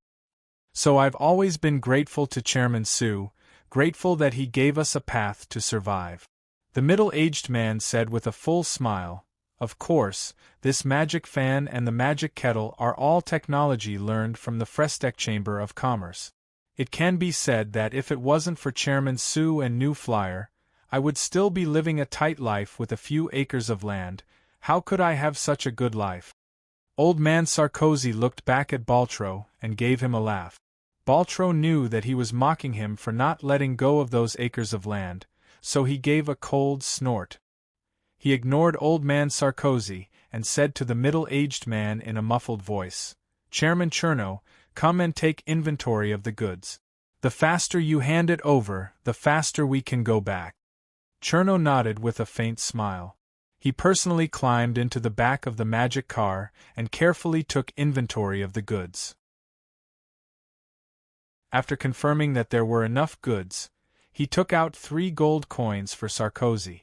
Come, old man Sarkozy, it's been hard on you to deliver these goods all the way from Banta City. This is the transport fee, take it." Sarkozy took the gold coin and didn't even look at it as he put it in his pocket. Then he worked with Baltro, moving the goods down with the workers Cherno called over. After everything was done, old man Sarkozy declined Chairman Cherno's invitation to stay for lunch. He grabbed Baltro and raised his hand as he said, "Let's go, it's rare for you to come to Kramer City. I'll bring you to the city to drink some wine and eat some local specialties. I guarantee you'll like it." The two got in the transport magic car, and as soon as they drove out of the factory, they suddenly found a row of black figures at the end of the road, heading in their direction. Looking carefully, it was a motorcade of at least 20 transport magic cars. Chapter 407. There was no need to guess. There was no one else other than the Fersen Carriage Company that could transport goods with over 20 magic cars. Since the Fersen Carriage Company announced that they would be building a transport fleet of magic cars, in less than a month, They had taken over all the transport business in Banta City. Sarkozy could take this job from the Ireland Chamber of Commerce to Kramer City, other than because there weren't many goods and there was no need to give it to the Fersen Carriage Company. The most important reason was that he had met the Chairman Freeman of the Ireland Chamber of Commerce through Cantona, so he could take this job with this relationship. Of course, the price he offered was lower than the Fersen Carriage Company, which was a very important reason. But no matter what, Sarkozy, who only had a single transport magic car, was far from being able to compare to the Fersen Carriage Company. For large amounts of goods like this, only the Fersen Carriage Company had the ability to take care of it. Sarkozy had a look of envy as he watched this mighty motorcade pass by not far away. He slapped the shoulder of the stunned Baltro and said in a deep voice, "Let's go, don't look anymore. Baltro, you and I will work together in the future. After working hard for a few years, we'll buy another transport magic car and earn a bit more. If we save them up one by one, perhaps we can open a decent logistics company." Baltro gave a silent nod before looking at the motorcade in the distance. He suddenly noticed that there was a familiar mark on the cargo behind the last transport magic car. This motorcade seems to be carrying New Flyer. Could it be that the New Flyer is finally coming to Kramer City to invest in a factory? Sarkozy looked back, but he didn't have Baltro's good eyesight, so he couldn't see anything. After thinking about it, he said, "This isn't that strange. Didn't the New Flyer announce in the press conference a few days ago that they would be greatly promoting the development of the magic machine industry, preparing to invest in more places in the kingdom? They are already building production bases in Norton City and Canberra City, so it isn't strange for them to come to Kramer City. I just feel that this speed is a bit too fast. This New Flyer only built a branch factory in Karma City a few years ago, but now that they're expanding, they're investing in all these cities at once. Isn't their appetite a bit too big?" Baltro said. "None of your business." Sarkozy glared at him. "How could we know what an important person like Chairman Su is thinking? Anyway, you know that he's smarter than us, so what are you worried about? If you have so much free time, why don't you think about what you want to eat later?" "I'm starving." Baltro laughed. He thought that Sarkozy was right, this wasn't something he should care about. He shook his head and stopped thinking about it. He got back into the transport magic car with Sarkozy and headed to Kramer City in the distance. Baltro to Baltro's was to Baltro to speak, Baltro to Bales, Baltro of Baltro, do you see the transport magic car parked at the entrance of the Fit Chamber of Commerce? If my guesses aren't wrong, it should be the car of Mexilin Village's Sarkozy. Chairman Pompey pointed at the magic car in the distance as he spoke. Encato looked in that direction and asked in a doubtful voice, "Chairman Pompey, he should be delivering goods from Banta City, right? That means he should be considered a competitor of your company?" "Competitor?" Chairman Pompey revealed a proud smile before waving his hand. "He's still far from being enough. A small driver who only bought a single transport magic car, how could he be qualified to be a competitor of our company? At most he would just be eating the leftovers from our mouth." Encato revealed a faint smile, thinking that this Chairman Pompey was quite arrogant. But he wasn't wrong. Compared to the Fersen Carriage Company that had over 100 transport magic cars and monopolized the transport business in Banta City, a small driver who only had a single car naturally wasn't qualified to be a competitor. Looking at the two figures in the distance, Encato put down this problem. He looked at the road in front of him and asked, "We should be there soon, right?" Chairman Pompey turned to look before nodding. We'll be able to see it once we turn the corner." "Speaking of this, Encato, why did Chairman Su send you, the general manager of the household magic machine department? Isn't the goods this time just some non-ferrous metal smelting equipment? It shouldn't be related to you." "I asked for it," Encato replied with a smile. I'm mainly here to see if there is room for further expansion in the household magic machine market. Then I've heard that there are several companies that produce magic fans that have recently made breakthroughs in their research. The magic fans they produce have some unique features, so I came to learn from them. Chairman Pompey said with a smile, "What a joke. Does your new flyer need to learn from the other companies that produce magic machines? It's already good if their magic fans are even half as good as the Shinfei brand magic fans. How could they be better than yours?" "You can't say it like this."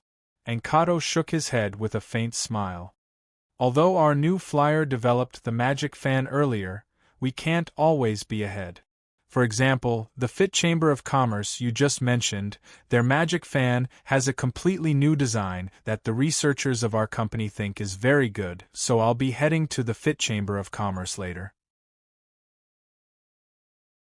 Seeing that Enkato didn't seem like he was joking, Chairman Pompey couldn't help praising, "Your new flyer is ahead of the other companies by this much, but you're still this cautious. It really makes people admire you.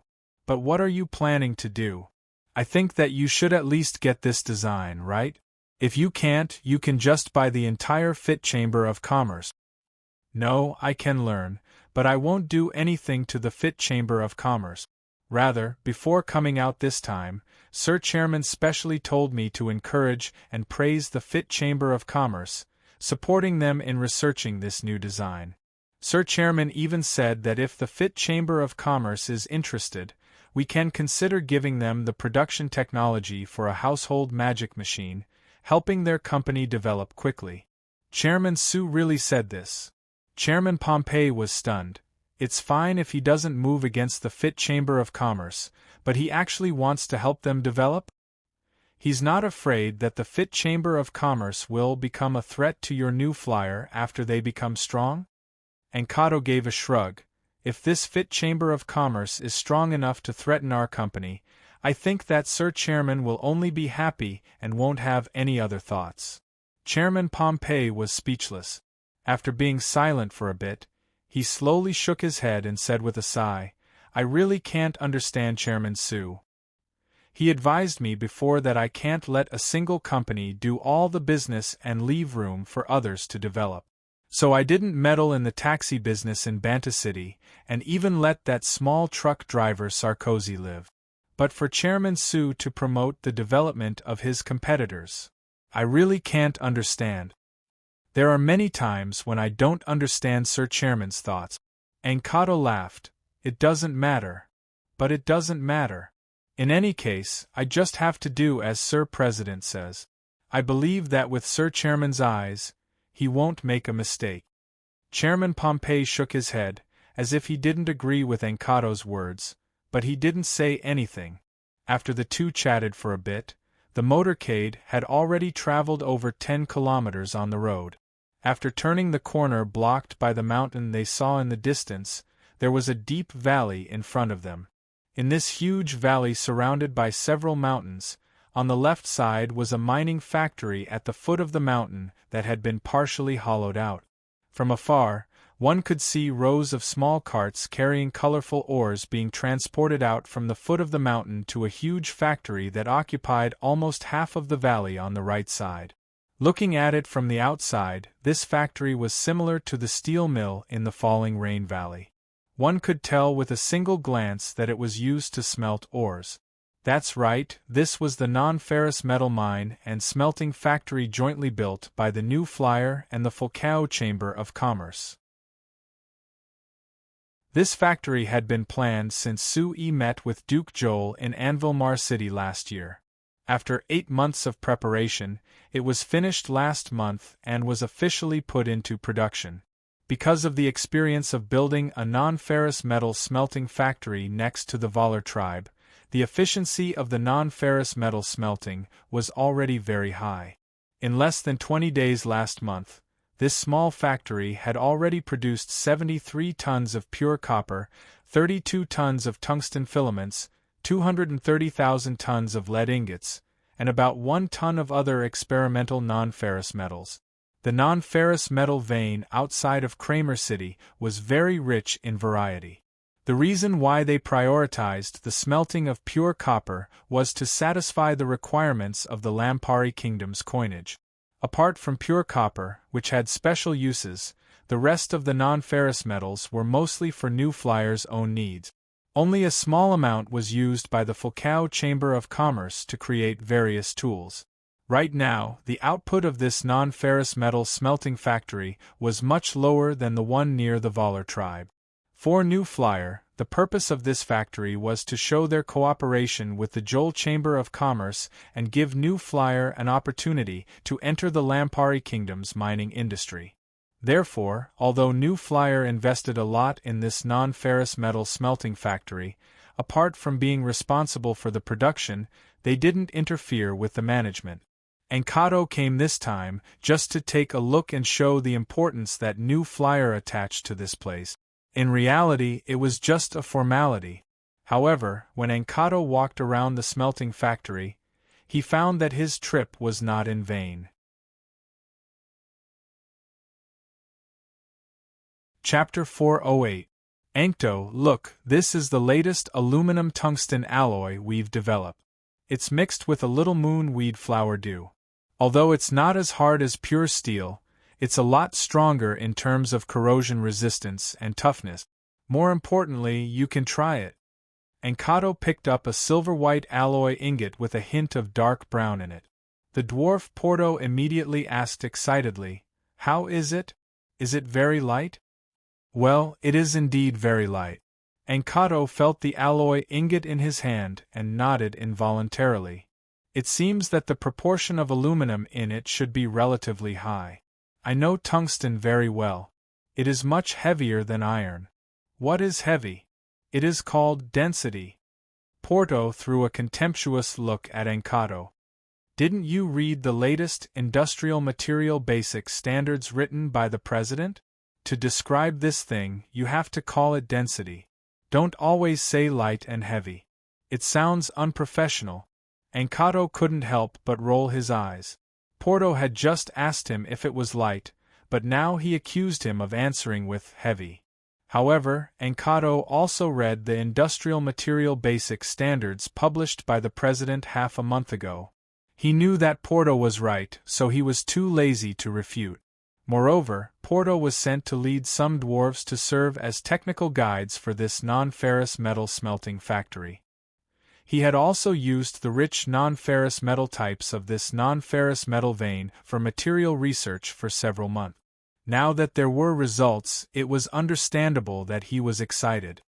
Well, the density of this aluminum tungsten alloy is lower than that of ordinary steel, and its corrosion resistance and toughness are also stronger than that of ordinary steel. What are the shortcomings?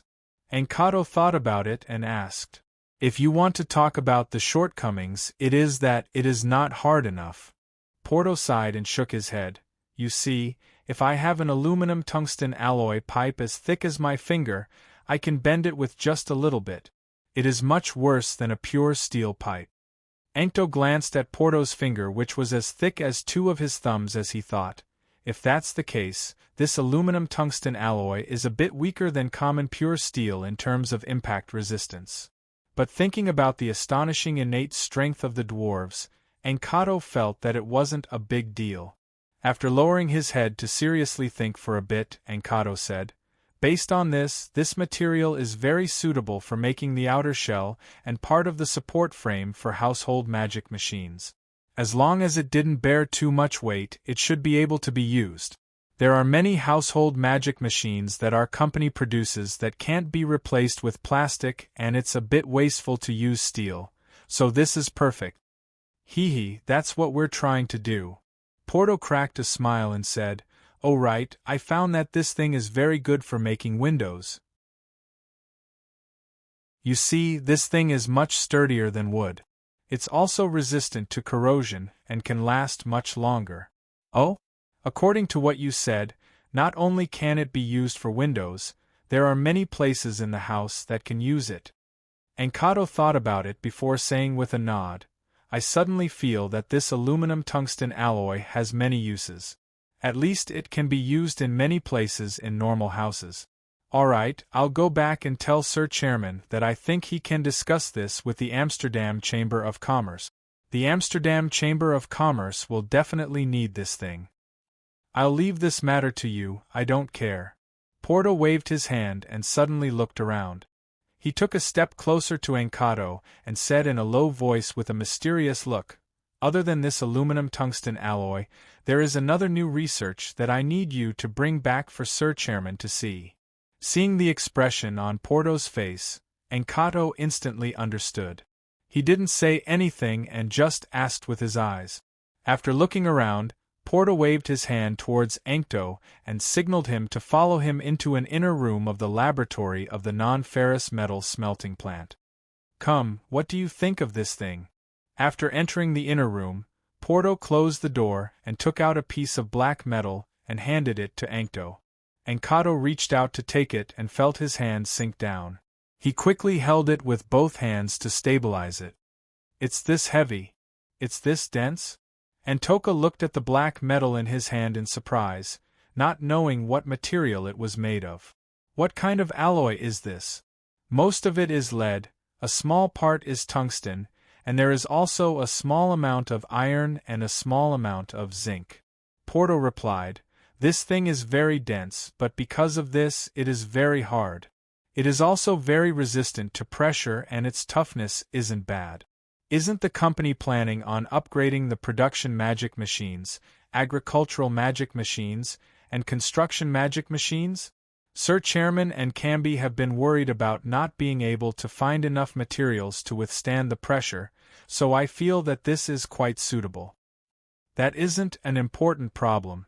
Sir Chairman said that as long as we increase the purity of the steel, we will definitely be able to meet the requirement. But if the performance of this thing is even better, that would be even better." Encanto weighed the piece of metal in his hand and thought for a bit before asking, "The key question is, what is the cost of this thing?"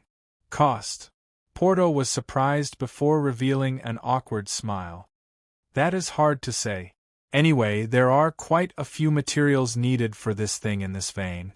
I think that since there are this many here, the other places shouldn't be that bad." "That is hard to say." Encanto shook his head and said with a sigh, "No wonder Sir Chairman always places importance on mineral resources. It would be good if this non-ferrous metal vein belonged to our company. I don't think it's that hard. With us dwarves here, is there a need to fear that we can't find a mine?" Porto said. "So what if we can find one? Could it be that you can go to the Canla Empire or the Mala Empire to mine?" Encanto rolled his eyes at Porto. Porto was instantly speechless. The two of them discussed the recent research results of the lab. After Encanto told Porto about some of the company's recent developments, he left the lab and went to the factory. He found the person in charge of the Fulcao Chamber of Commerce and gave him the orders for various non-ferrous metals. This was the reason why Encanto was feeling emotional earlier. Even if this non-ferrous metal smelting factory was a joint venture between New Flyer and the Fulcao Chamber of Commerce, with New Flyer having a part of the shares, because it wasn't fully owned by New Flyer, even if the non-ferrous metals were smelted by this non-ferrous metal vein, if New Flyer needed them, they still had to purchase them through normal channels. Because of this process, the Frestec Chamber of Commerce had many restrictions. For example, the Magic Machine Development Center and the Academy of Magic wanted to obtain some pure copper to experiment with, but because copper could be used to make copper coins, it was under special control in the Lampari Kingdom. The Fulcao Chamber of Commerce wouldn't consider selling it to New Flyer at all. Other than copper, the non-ferrous metal smelting factory couldn't completely follow the needs of New Flyer. Take the Household Magic Machine Department of New Flyer that Encanto was in charge of. Because the latest versions of household magic machines needed to be upgraded, there was a high demand for aluminum and zinc. But the Fulcao Chamber of Commerce insisted on smelting pure copper, so the production of aluminum and zinc wasn't high. The non-ferrous metal smelting factory near the Voller tribe could completely follow the needs of New Flyer. That was because the main non-ferrous metals in that vein were aluminum and lead. There wasn't a single trace of zinc. Therefore, if they wanted zinc, they could only obtain it from there. So even Encanto, who didn't care that much about this matter, couldn't help hoping that New Flyer could control a few more non-ferrous metal veins, so they wouldn't be restricted by others. But the situation in the Lampari Kingdom was rather complicated, so it wasn't easy for New Flyer to participate here. If they wanted to obtain a few more veins, it was impossible for them in the short term. Ancto and the person in charge of the Fulcao Chamber of Commerce talked for a long time before finally agreeing to Ancto's request to supervise the mining of more zinc ore.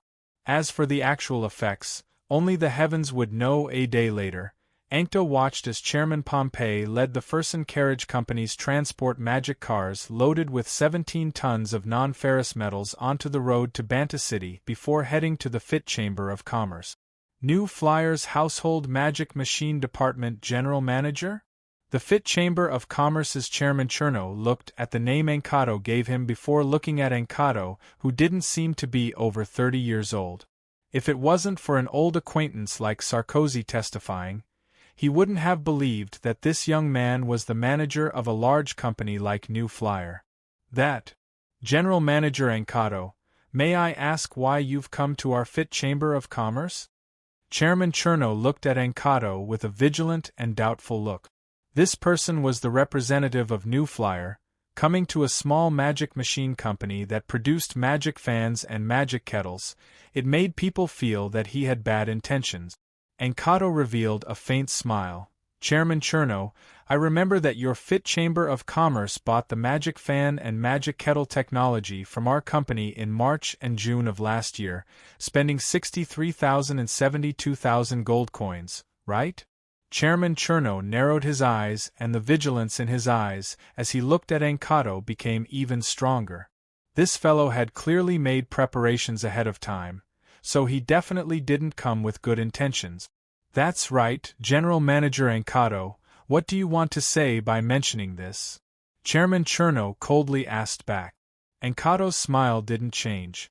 After pausing, he continued, Chairman Cherno, when I was visiting your factory, I found that your company's magic fan and magic kettle production lines weren't perfect and were missing several models.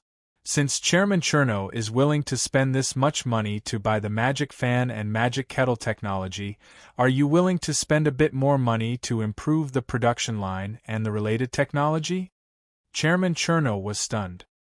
Hearing the meaning in Encanto's words, could it be that New Flyer was willing to give them the magic fan and magic kettle technology? Thinking of this possibility, Chairman Cherno's heart couldn't stop beating fast. Chapter 409.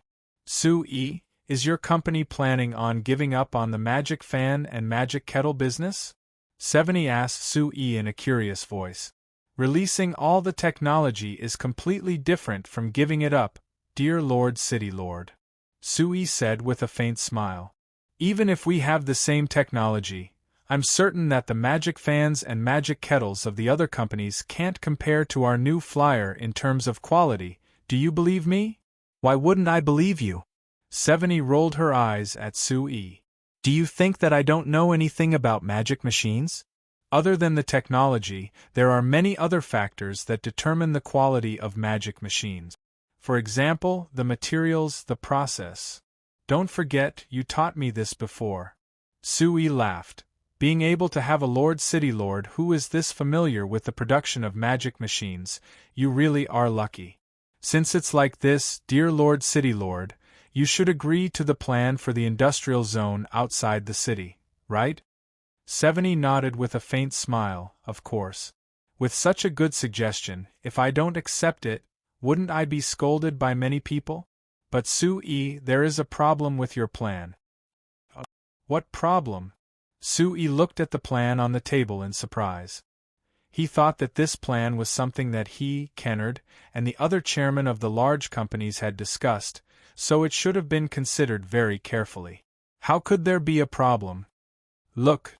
Seveni pointed at the map of Banta City that came with the draft and said, There's no problem with expanding the industrial area around the Sandton Manor, but have you noticed that according to your plan, the place that needs to be built will reach the banks of the Sandy River, which will be very close to the Falling Star Manor? So what? Sue had a confused look. You men. Seveny had a look of disappointment as she shook her head with a sigh. Sue, you're only thinking about your own convenience, but you're forgetting about Steel? Steel is pregnant now. Aren't you afraid that building an industrial zone near the Starfall Manor will disturb her? Sue looked at Seveny in surprise. His mind was filled with how to develop Banta City with this new industrial zone, but he had completely forgotten about his personal matters. He never thought that the Lord City Lord Seveny would consider this for him. Thank you for your concern. Sue pondered for a moment and nodded. That's right, this is my negligence. You are right. If the construction is carried out too close to the Starfall Manor, it will seriously affect Steel. Since that's the case, why don't we make some changes here? Sue drew 2 new lines on the map, removing the part of the newly built industrial zone that was closest to the Falling Star Manor and moving it to a place that was slightly off. Like this, even if the industrial zone was built, it would be over 2 kilometers away from the Falling Star Manor, so it wouldn't affect the environment of the manor that much. However, Seveny looked at Suyi's new map and drew another circle on the map. She actually moved the industrial zone even further away, being 5 kilometers away from the Falling Star Manor. Suyi was speechless. He felt that moving the industrial zone 2 kilometers away was very generous, but he never thought that Seveny would be even more ruthless, increasing the distance by 2 times. Seveny, if we do this, aren't we abusing our position too much? Sue couldn't help saying. Seveny looked at him and gave a soft snort. This is the decision of the Lord City Lord. Do you have any objections? Sue of course could only shake his head. Seveny looked over the map again and changed some details before giving it to Sue. What do you think now? Sue looked it over and gave a bitter laugh. If I show this plan to Chairman Sarank and the others, they will definitely scold me. Seveny glared at him. Why would they scold you? You can just tell them that you don't want to affect Steel. Would they dare have any objections? If they do, tell them to come find me. Seeing Seveny's rare tough appearance, Sue couldn't help finding it a bit funny. He never thought that the normally gentle and kind Seveny would actually be a feminist. She wasn't ambiguous in this aspect at all. All right, I believe that even if Chairman Sarank and the others have objections, they definitely won't say anything, Sue said with a shrug. Since you've already confirmed it, then the new Banta City Magic Machine Industrial Zone has been officially decided. As for the specific road layout, you need to discuss it with Chairman Cruz. Their Amsterdam Chamber of Commerce already has rich experience in this aspect. I believe that you will be satisfied. I also believe that. Seveny nodded. At least the Banta City renovation project is going very smoothly, so everyone is praising the Amsterdam Chamber of Commerce. Sue laughed. It's good that you're satisfied. The two discussed the details of the industrial zone for a bit. When Sue was prepared to leave, Seveny suddenly called out to him. I don't have anything to do today, I'll go see Steel. Sue was surprised. He looked at Seveny and after confirming that she wasn't joking, he agreed after thinking about it. After the two left the City Lord's manor, Seveny looked at the luxurious horse carriage in the City Lord's manor and slightly knit her brows. She asked Sue, you told me last time that your company would develop magic horse carriages for family use, and that it would be very comfortable, even better than riding in the medium-sized magic passenger cars. Is that true? Of course it's true. Sue thought about the luxurious cars running through the streets of Earth, and gave a certain nod. I dare guarantee that we will develop this product and it will be welcomed by everyone. Then when will it be developed? I really want to sit and watch right now. Seveny asked. Sue shook his head with a bitter smile. I don't dare confirm this. Right now the main task of the development center is to improve the transport magic car and the medium-sized magic passenger car. The other tasks can only be delayed for now. These two are rather important. 70 nodded before looking in the direction of the Fersen Carriage Company. 70 nodded. I have to admit, you weren't exaggerating when you said that the appearance of the magic car could change the continent. If it wasn't for the magic car, our Banta city's goods wouldn't be able to be transported to all parts of the kingdom so easily. Moreover, if we go back to Anvil City from Banta City, we can even make it back in time for dinner if we set off in the morning. If I want to go back, I can go back at any time. Actually, the speed of the magic car is far from what I want. In theory, Anvil City is only 200 kilometers away from Banta City, so if the magic car in my mind was developed, it would only take 3 to 4 hours to get there. Like this, if you set off after breakfast, you could even make it back to Anvil City in time for lunch. Sui said with a faint smile. It's that fast? 70 was a bit doubtful. 70 was a bit doubtful. 60 kilometers an hour isn't considered fast. Sui shook his head. He thought that, if the F1 race car that Cantona mentioned could be developed, that would be a monster that could reach speeds of 300 to 400 kilometers per hour. A trivial 200 kilometers would take less than an hour to complete. Of course, the F1 race car had a high requirement for the track, so it definitely couldn't run that fast on normal road. To increase the speed of the magic car, other than increasing the magic car itself, it was necessary to increase the speed of the roads. However, this was thinking a little too far. In the entire Lampari Kingdom, only Banta City could be considered to have roads on every main road. Su Yi's request for roads in every village wasn't even met yet, so there was no need to mention the other cities. In the entire signs, only the Lampari Kingdom had over 2,000 kilometers of road. Of the other countries, only the Principality of Constantine had over 200 kilometers of roads. As for the roads in the Kingdom of Ruhr, because the Kingdom of Ruhr and the Amsterdam Chamber of Commerce couldn't reach an agreement on some details, progress was slow and it was still far from being finished. Of course, what Sui was looking forward to the most was the magic airship that Evita was working hard to develop. Compared to the magic car, the magic airship had more prospects. Moreover, although the speed of the magic airship in the early stages couldn't compare to the magic car, the magic airship wasn't limited by the terrain and could travel in different directions. Just based on this, it could save quite a bit of time compared to the magic car. The most important thing was that because of the amazing effects of wind magic, the most difficult problem for the planes on Earth was very simple for the magic airship. After solving this most important problem, the next step was to develop the power system, which would greatly speed up the process.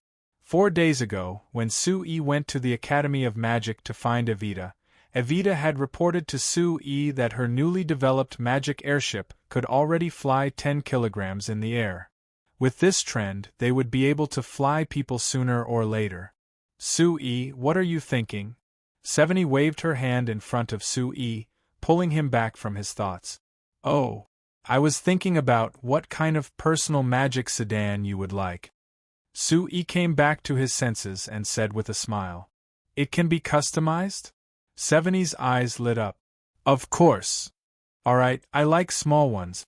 It doesn't look like the current medium-sized magic passenger cars that are square and bulky.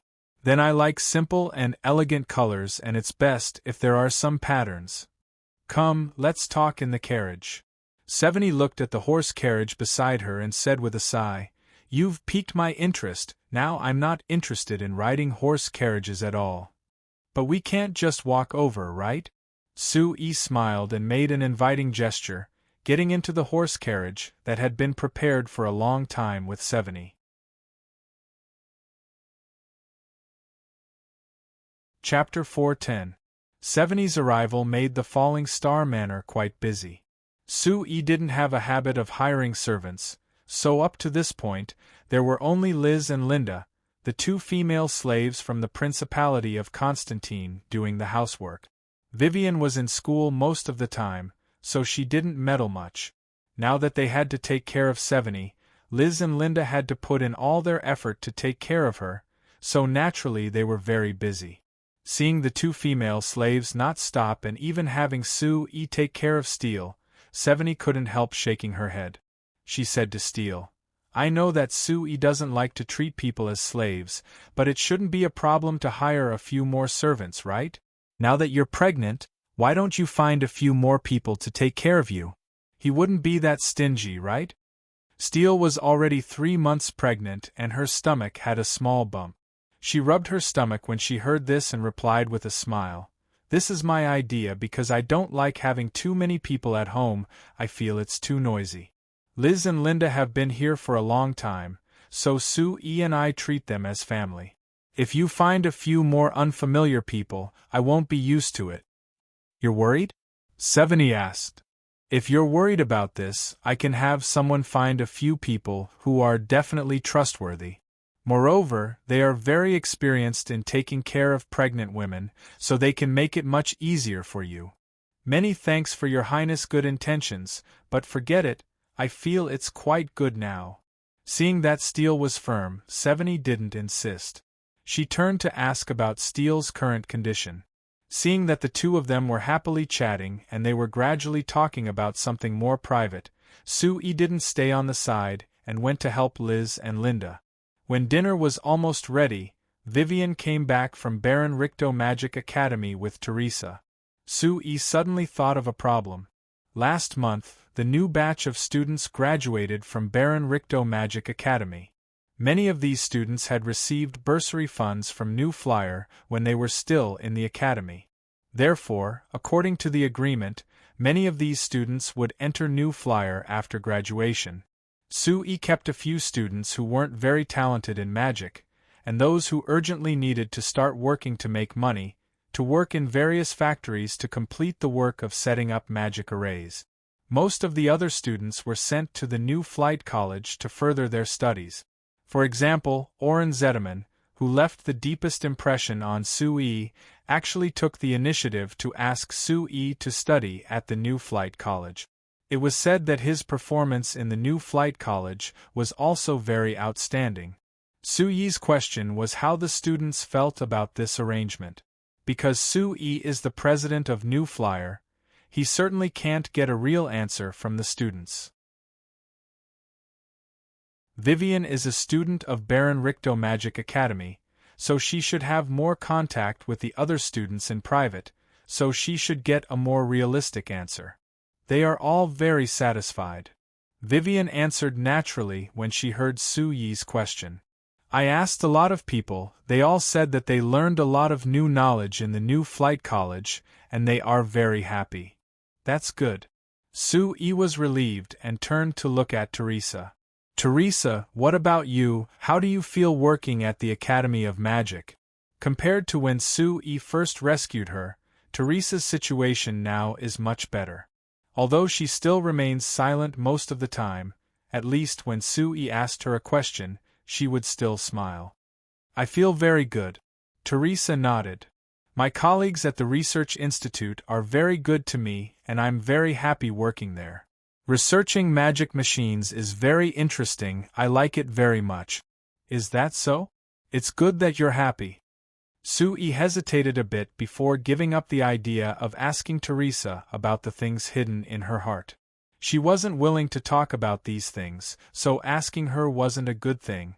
After dinner was prepared, Seveny saw Teresa at the table for the first time, so she couldn't help asking a few questions out of curiosity. However, Teresa was very silent in front of people she wasn't familiar with, so she either nodded or shook her head no matter what Seveny asked. Even if she agreed, it was just a forced Seveny naturally felt bored and didn't ask anymore. She turned to care about Steele's situation. But when they were leaving after dinner, Seveny called Sue-E to the side. "Sue-E, what is going on with this Teresa?" "What do you mean, what is going on?" Sue-E was surprised. "Didn't you just ask? I saw her faint on the road in the middle of the night, so I saved her." I'm not asking about this. Seveni shook her head. What I want to ask is, what kind of attitude do you have towards her? What kind of attitude can I have? She has no home now, and since I saved her, I'll help her to the end. I've arranged for her to work in our new flyer, and she usually rests in the Falling Star Manor. There's nothing else. You really didn't think of anything? Seveni slightly knit her brows as she looked at Sui. She's very beautiful. She is very beautiful, what about it? Sui asked back in a confused voice. Seveni seriously looked at Sui's expression for a while before suddenly laughing. She waved her hand and said, "All right, I was worrying too much. Our chairman Su's head should be filled with ice-cold magic machines. How could he think of all these strange things? Am I right?" Sui was even more confused. "I say, Your Highness, what do you want to say?" "It's nothing, just stay with Steele tonight. She is in the early stages of pregnancy, and her emotions aren't stable, so you have to care for her." "Of course." Sui nodded. "In order to stay with her, I specially moved from the Falling Rain Valley to the Falling Star Manor. Other than the Falling Star Manor being a bit better, it's also because I've been taking care of things in Banta City, so it's more convenient to stay with her." "It's good that you can pay attention to this." Seveni gave a slight nod of praise before waving her hand at Sui. "All right, go back and stay with Steele. I'll be heading back first. Don't go to the City Lord Manor tomorrow morning. We'll meet up at Koror Village." Sui laughed. "Then many thanks for the City Lord's understanding." Seveni revealed a faint smile before turning to enter the horse carriage. Watching the horse carriage disappear into the night, Sui's expression became a bit strange. Seveni's visit today was purely personal. Although this showed that she had a good relationship with Sui, if others knew about this, they would definitely have opinions about this. Although Chairman Salak and the others didn't say anything on the surface, based on various signs, they already had some opinions in their hearts. If Seveni acted too close to him, it would have some influence. But thinking about it, Sui gave a self-deprecating laugh. Why would he need to worry about this? Anyway, everyone knew that Seveni cared about him, and this was a fact that everyone agreed on. Rather than spending time on this problem, it was better to think about how to accompany Steele. Thinking of this, Sui remembered that Seveni had reminded him of this problem several times today and had seriously warned him before leaving. Sui couldn't help feeling a bit strange again. Why did Seveni care about Teresa this much? Could it be that she thought that he would have some special thoughts about Teresa? After thinking for a bit, Sui shook his head. He turned back to the Falling Star Manor and went to his bedroom. After spending an hour with Steele as usual, when Steele was helped by Liz and Linda to take a bath before going to bed, Sui rushed to the study to take care of some work. The new industrial zone that he discussed with Seveni today was actually around Sandton Manor, rebuilding and expanding the previous Sandton industrial zone. Because of the Frestec Chamber of Commerce before, there were many small companies that made magic machines and components that built factories around Sandton Manor, naturally forming a small Sandton industrial area. But this kind of industrial zone that wasn't specially planned was a bit messy. In the long run, there would be many problems. The most obvious point was that the roads and other facilities weren't convenient to lay down. Because of Count Stark, the small companies had already moved out of the Sandton industrial zone, leaving this place empty again. Now that Seveni had taken over as Banta City's city lord, she wanted to develop the industrial zone outside Banta City, so she planned around Sandton Manor. According to the first step of the plan, they planned to demolish all the original buildings here and lay the corresponding roads, water pipes, street lights, and other supporting facilities. Then they could divide the area according to the planned area so that the various chambers of commerce could rebuild their factories here. But now there was an important problem. It was that because of Count Stag, many small companies in Banta City had lost confidence in Banta City. Because for these small companies, it was impossible for them to be as resistant as a large company like New Flyer. With the slightest change, it was very likely that they would be hurt or even closed down. Last time, because of Count Stark, most of these small companies had moved out of Banta City, which made these small companies suffer quite a bit. Now that Seveni had taken over as Banta City's city lord and showed that she supported business, especially the development of the magic machine industry, most of the small companies were still watching and didn't dare take risk. In the end, no one could guarantee what kind of attitude the new city lord would have after Seveni was no longer Banta City's city lord. When Seveni and Sue were discussing this, they focused on how to restore the confidence of these small companies.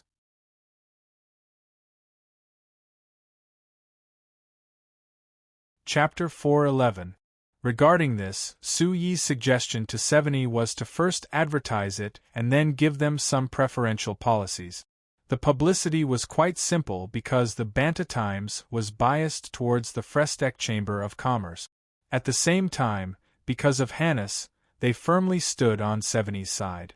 Since Seveni took over as the city lord, they spared no effort in publicizing Seveni's name. Adding in the fact that Seveni had a good reputation in the hearts of the Lampari Kingdom citizens and had a high prestige, in less than 2 months after taking over as Banta City's city lord, she had already established a very high prestige and a very good image in Banta City. As for the actual policies, Banta City had an advantage that the other cities in the Lampari Kingdom didn't have. It was that it had been designated a special economic zone 2 years ago, so it had some special policies. Adding in Seveni's status as the princess, she had even more privileges. So after Su Yi proposed some preferential policies, Seveni quickly decided to announce some policies to encourage business development in Banta City. For example, the most important thing for the companies in Banta City was the tax policy. Seveni directly announced that the City Lord Manor would reduce the business tax, and in order to encourage the development of the magic machine industry, she would also reduce the business tax for all the companies that produced magic machines. At the same time, she would give these companies some priority. Although many people secretly accused Seveni as the new city lord of being biased towards the New Flyer, with the announcement of this policy, no matter what company it was in Banta City, whether they were producing magic machines or not, they would all quickly enter the magic machine industry. Some companies that were only experimenting with the magic machine industry before were now openly announcing that they wanted to enter the magic machine industry, developing new magic machines. Of course, the slogan was one thing, but the actual effects were another. Last month, there was a large pile of magic fans with different brands that appeared in Banta City. Whether it was their outer appearance or inner structure, it was because of this policy. But among these magic fans, most of them weren't qualified products in Su Yi's eyes. By relying on these substandard products, these merchant guilds could advertise that they were also producing magic machines and enjoy the business tax reduction policy. Su Yi naturally couldn't accept this situation. This policy was to encourage the development of the magic machine industry in Banta City, but it was used by these companies to take advantage of this loophole. Whether it was to help Seveni or for the healthy development of the magic machine industry, Su Yi had to solve this problem. But like he said to Seveni, to get these companies that only cared about benefits back on the right path, other than punishment, the most important thing was to give them enough benefits. Su Yi thought for a bit before turning to the large map of the Lampari Kingdom on the wall of the study. There were more red dots on the map than before, and there were also red dots that appeared in places far away from Banta City, which meant that the companies that were related to the magic machine industry had spread in every part of the Lampari Kingdom. This large change had occurred in the past 2 months, and the main reason was the appearance of the magic car. With the efforts of the Amsterdam Chamber of Commerce, there were currently over 2,000 kilometers of roads in the Lampari Kingdom, and it was still increasing at a rate of over 50 kilometers per month. Now that all the cities in the Lampari Kingdom were connected by roads, The flow of traffic was completely different from before. With the appearance of the magic car, because the magic car's capacity and transport speed far surpassed horse carriages, whether it was finished magic machines or magic machines, they could be easily transported to any city in the Lampari Kingdom. This greatly increased the development of the magic machine industry in the Lampari Kingdom. According to the statistics from New Flyer last month, the sales of the household magic machines produced by New Flyer in Banta City had dropped. The sales of the Xinfei brand magic fans had dropped by 30% compared to last year. But if the total sales were included, it was more than double last year's sales. The extra close to 20,000 magic fans were naturally sold to the other cities of the Lampari Kingdom. Just like New Flyer, the other magic machine companies in Banta City also sold their products to other cities, and their sales had also increased. According to the statistics from the last Banta City Magic Machine Business Association, in this summer, the various companies of Banta City had sold over 130,000 magic fans of various brands. The sales locations included all the cities in the Lampari Kingdom. Other than New Flyer, there were several companies whose magic fans were only a bit weaker than the Xinfei brand magic fans, but their prices were much lower, so they were sold to the surrounding countries of the Lampari Kingdom. The most exaggerated one was the Serene Chamber of Commerce. He didn't know how they found a connection, but they actually sold 5,000 magic fans to the Sac Kingdom. This really was something that Su-Yi never expected. Moreover, according to Chairman Rank, the magic fan was very popular in the Sac Kingdom, so he wanted to invite New Flyer to sell the other household magic machines produced by New Flyer to the Sac Kingdom as well. Su-Yi was very supportive of this idea of earning foreign exchange, but with the production capacity of all the magic machine companies in New Flyer and Banta City, they couldn't satisfy the needs of the Lampari Kingdom even if they added them together. So they could only delay selling to other countries for now. Thinking of production capacity, this was something that Su-Yi was currently having a headache over. Limited by the development of the magic machines, the production capacity of the factories in New Flyer had reached a limit, while the demand for magic machines in the outside world had greatly increased.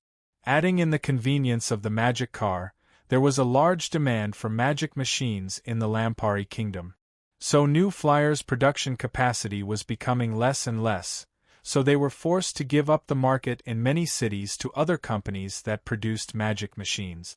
Although a part of this was because Su-Yi wanted to promote the development of the magic machine industry, the fact that there wasn't enough production capacity still existed.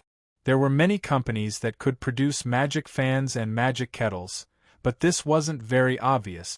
But for the household magic machines that other companies couldn't produce, like the magic air conditioner or the magic refrigerator, because only New Flyer was producing them, their production couldn't keep up with the demand at all.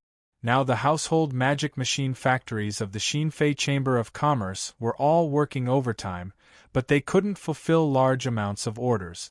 To solve this problem, one was to expand New Flyer's production. But because Banta City's population was limited and their labor force was limited, Su-Yi wasn't planning on fighting for workers with the other companies, so he had been looking to other cities recently. He planned to move New Flyer's household magic machine factories to other cities.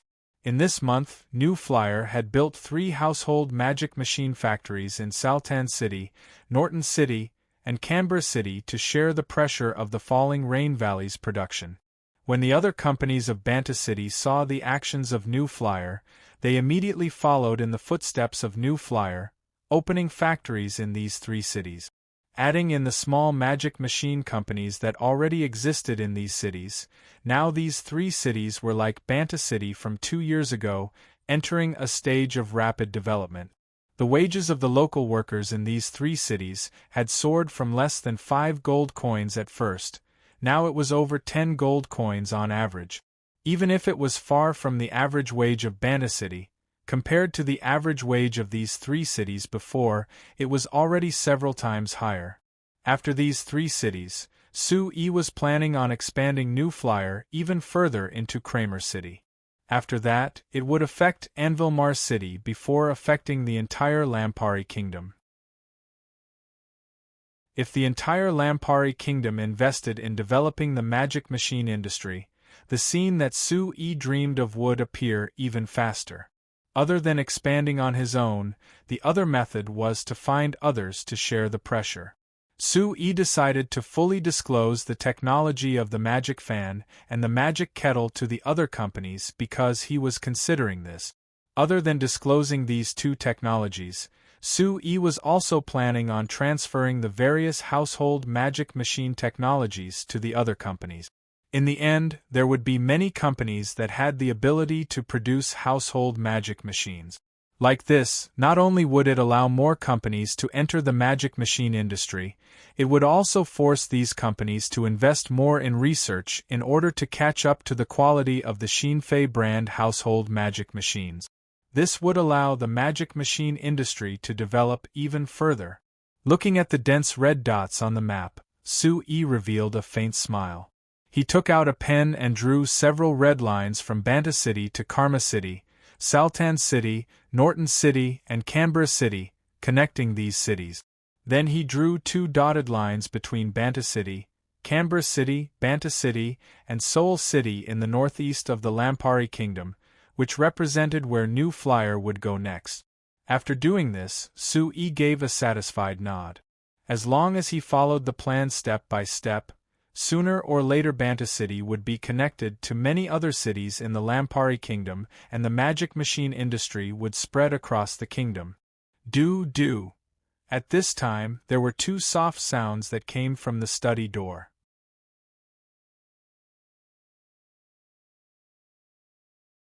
Chapter 412. Because of Seveni's special permission, Sue didn't need to leave the Falling Star Manor early in the morning to start working the next day. But he still followed his normal biological clock and woke up around 6. Before Steele woke up, he rushed the surprised Vivian, Liz, and Linda to the side and personally made breakfast for himself. He then personally brought it to Steele, who only woke up at 8. Sue normally people who have done something wrong would be this attentive. Could it be that you've done something wrong to me? Steele looked at Sue with a warm smile, and she couldn't help looking at Liz and Linda behind Sue with a smile. Could it be that you went back on your words last night? While I was sleeping, you and Linda. Eat properly, don't waste words. Sue put the spoon in Steele's mouth and blocked her mouth. Steele revealed a faint smile. With Sue's service, she slowly enjoyed the rare breakfast that Sue personally made and fed to her. While carefully serving Steele, Sue discussed the matter he had considered last night with Steele. Because of Steele's actions last night, Sue felt that she must have been bored staying in the Falling Star Manor, so she had all these strange thoughts that didn't match her personality. So in order to solve this problem, Sue seriously considered it and decided to agree to Steele's request to continue working. Although under Steele's strong request, Sue didn't let Steele completely leave work, but he strictly controlled her workload. In fact, it caused Steele to have nothing to do every day. Now that he found that doing this would cause Steele's thoughts to run wild, and it wasn't good for Steele's body or mood, Sue decided to relax this restriction. He discussed with Steele how she could work more while still having enough time to rest. Steele had clearly seriously considered this problem, so when Sue proposed this idea, she was happy while also seriously discussing it with Sue. The two were smart people, and they didn't have any conflicts with each other, so naturally they had a happy discussion. It didn't take long for them to come to a decision. According to the agreement between Sue and Steele, when Steele was 3 months pregnant, she could return to her job and continue working for the other races in the Lampari Kingdom. As the New Flyers' influence became bigger, the companies in Banta City and many other cities gradually began to hire other races to work for them. According to Steele's statistics, other than the New Flyer, the other companies in Banta City hired beastmen. The beastmen had surpassed the dwarves and were the most, with over 1,000 people. The dwarves were right behind them, with around 300 people. Most of them were mechanical engineers. The ones with the fewest were the elves, with less than 20 of them. As for the attitude of these other race workers, most of the Lampari Kingdom's parliament had opposed it at first. But now, the parliament had taken a very positive attitude. Through Steele's new Moon Chamber of Commerce, they had loosened their restrictions and allowed other races to work like humans in the Lampari Kingdom. Speaking of this, most of the other races in the Lampari Kingdom have already entered the various companies, right? Sui said. They can be considered to have integrated into our human society, but the other countries on the continent are definitely different from our Lampari Kingdom. Have you considered recruiting other races from other countries? Other countries? Still slightly knit her brows. Steele knit his brows. I'm afraid we can't avoid the people in those countries, right? It's fine, let the other races working for the companies contact them, we won't interfere. Look, didn't Camby's group contact a dwarf tribe in the Kingdom of Roar a while ago? They said that they were planning on persuading the dwarf tribe to move to Banta City, and then they wanted me to consider accepting them. If the dwarf tribe moves, the human countries won't care, so we have to take advantage of this time to do this. Otherwise, when the other countries realize the value of other races, it will be hard to do this. This worry is correct. Steele nodded. At least I'm clear that if the new flyer doesn't have dwarves, most of its production will stop. So we should take advantage of this time to dig up as many as we can. You have to know, human resources are more important than other resources. While talking to Steele about this, they enjoyed breakfast together. When they finished eating breakfast, the sun was already halfway up in the sky. When Sui arrived at Koror village, he found that a group of people had been waiting for a long time. Hey, Chairman Su, I heard that you were staying at home with the madam, so you came late, right? Seeing Sui who was late, Chairman Cruz said with a loud laugh. The crowd broke out in laughter filled with goodwill, making Sui give an awkward laugh. Then he looked at Seveni who was surrounded by everyone. Seveni looked up and gave Sui a proud smile.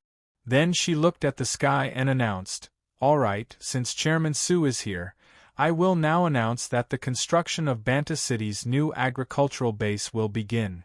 Under Seveni's lead, the business representatives including Sui all shoveled a bit of soil.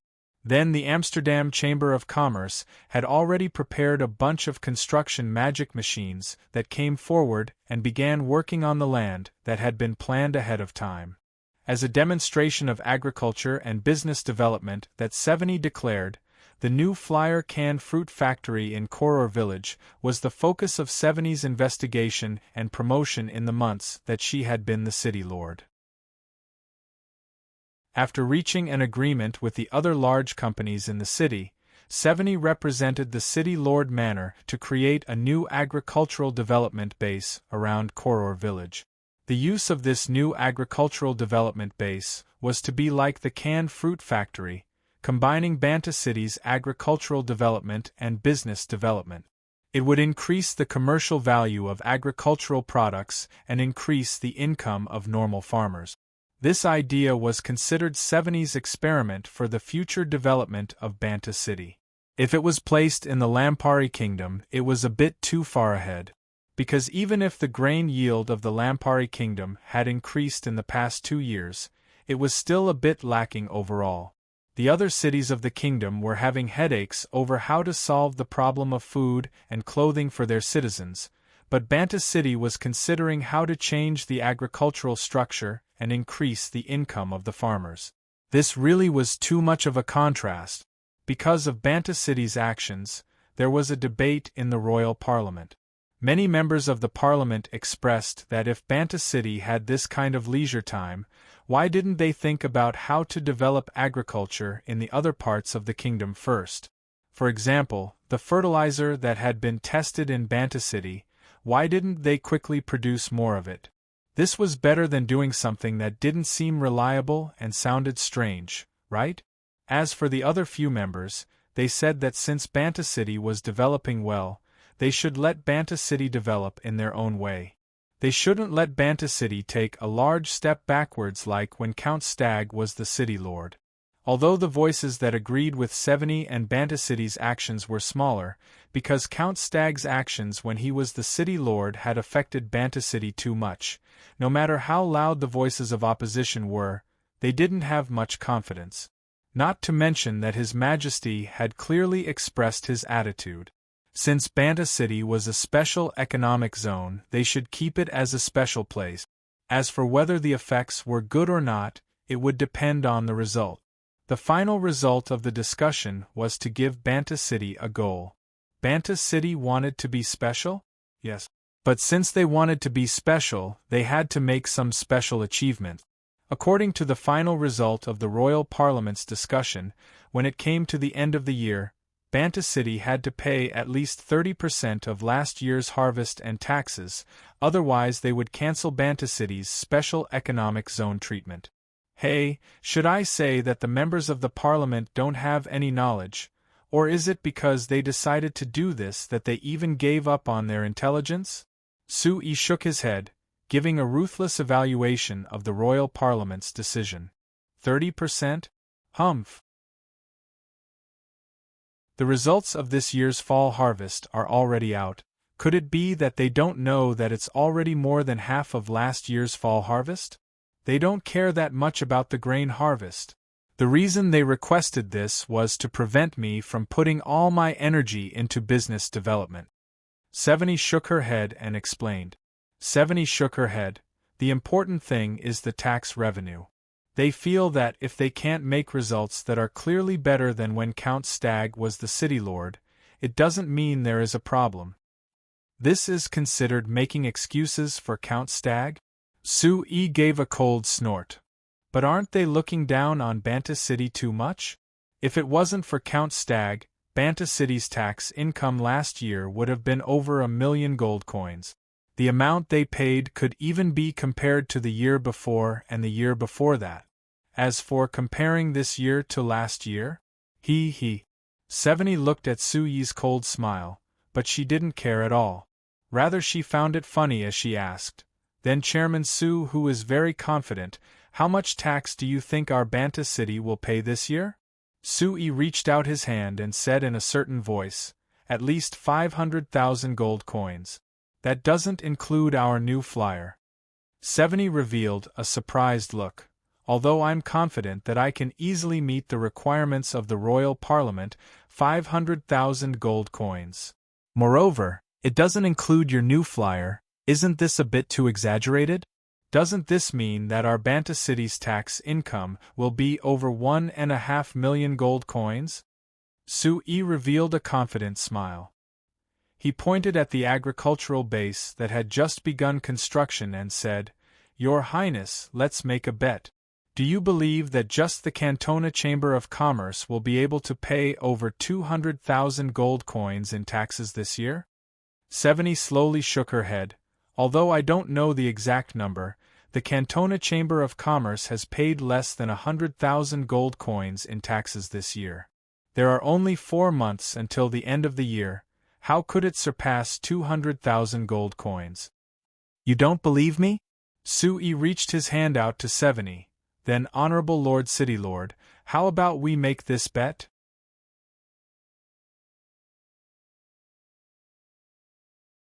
Chapter 413.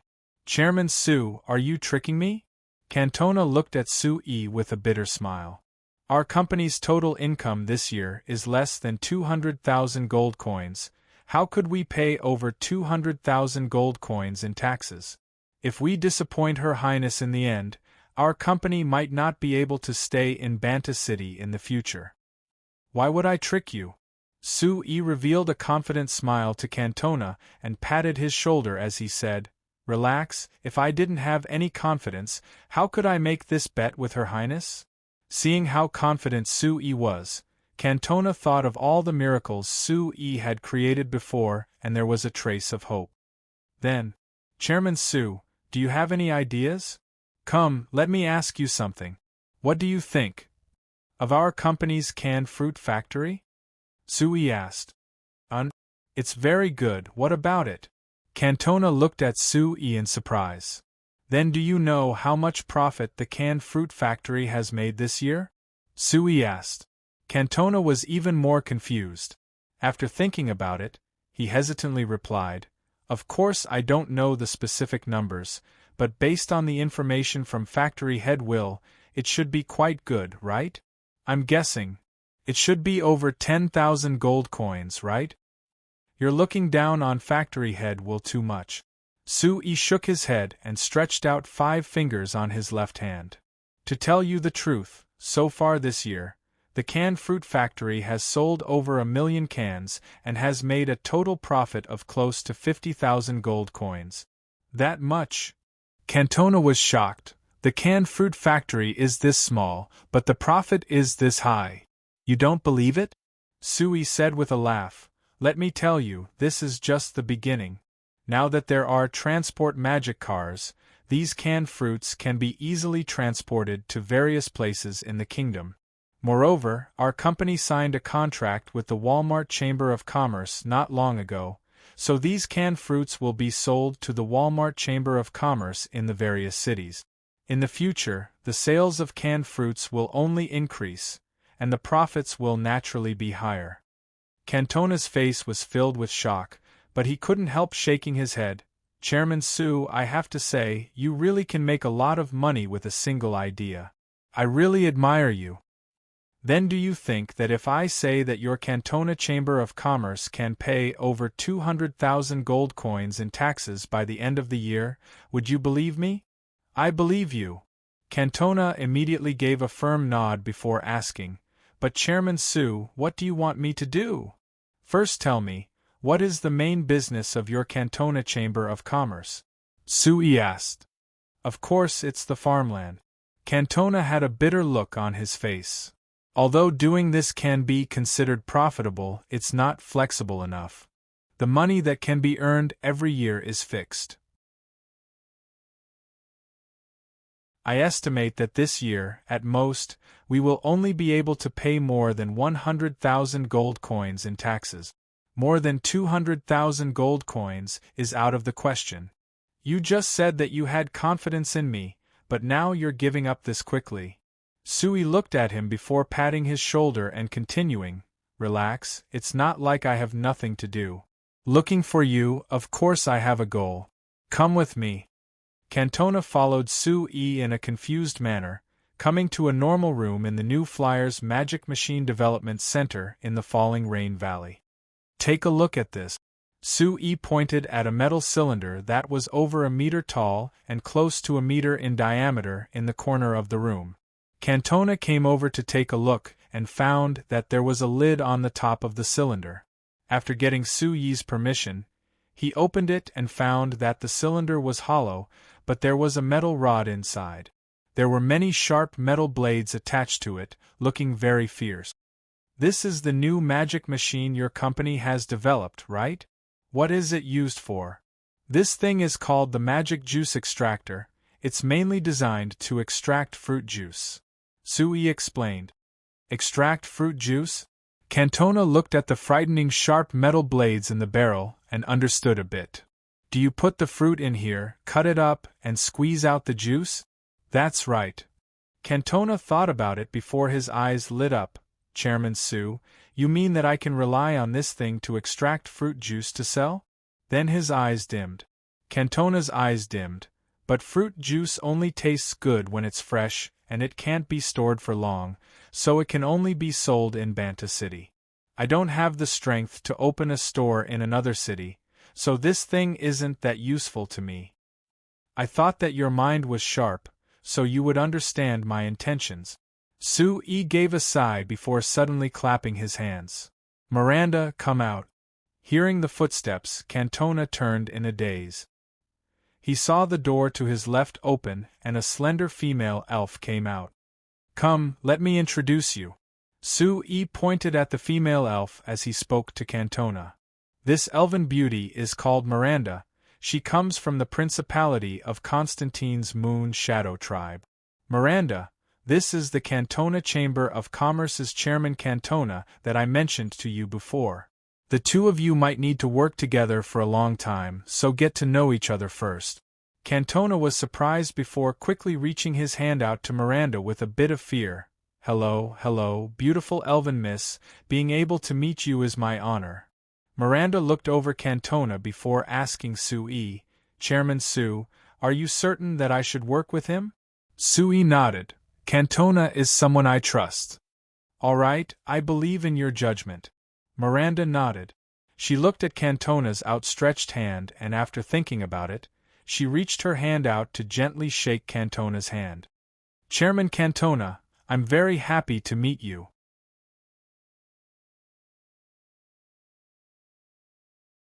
Although Cantona had been in contact with the new flyer quite a bit and was in contact with the elves often, to discuss cooperation like this face-to-face. Wait a minute. Chairman Sue just said that he wanted to work with this beautiful female elf? What was going on? Didn't you just say that fresh fruit juice tastes good, but there are various restrictions because of its short shelf life? Then what do you think, if we can keep the fruit juice fresh for a long time, how much will it sell? Sue asked back with a smile. It will definitely sell like crazy, Cantona immediately said in an excited voice. Moreover, I'm certain that this thing will be even more popular than canned fruit, because it's troublesome to make your own fruit juice. Now that someone can provide cheap and fresh fruit juice, it will definitely be welcomed by everyone. It's good that you're confident. Sue nodded with a smile before pointing at Miranda and saying, All right, now you and Miranda can discuss how to keep the fruit juice fresh and delicious. After you're done, we'll discuss the next step. Seeing Cantona excitedly talking to Miranda, Sue left the room. When he came out, he bumped into Camby, who had rushed over after hearing the news. Camby looked at the situation in the room and asked Sue with a confused look, Chairman, fresh fruit juice is definitely a good thing to sell. Why did you give it to the Cantona Chamber of Commerce? Why didn't our company do it ourselves? This should be more profitable than canned fruit, right? This should indeed be more profitable and last longer. If our new flyer did it ourselves, we would definitely earn quite a bit of money. But Camby, there are many things that can earn money in this world, and our new flyer can't hold everything in our hands, so this isn't a suitable method.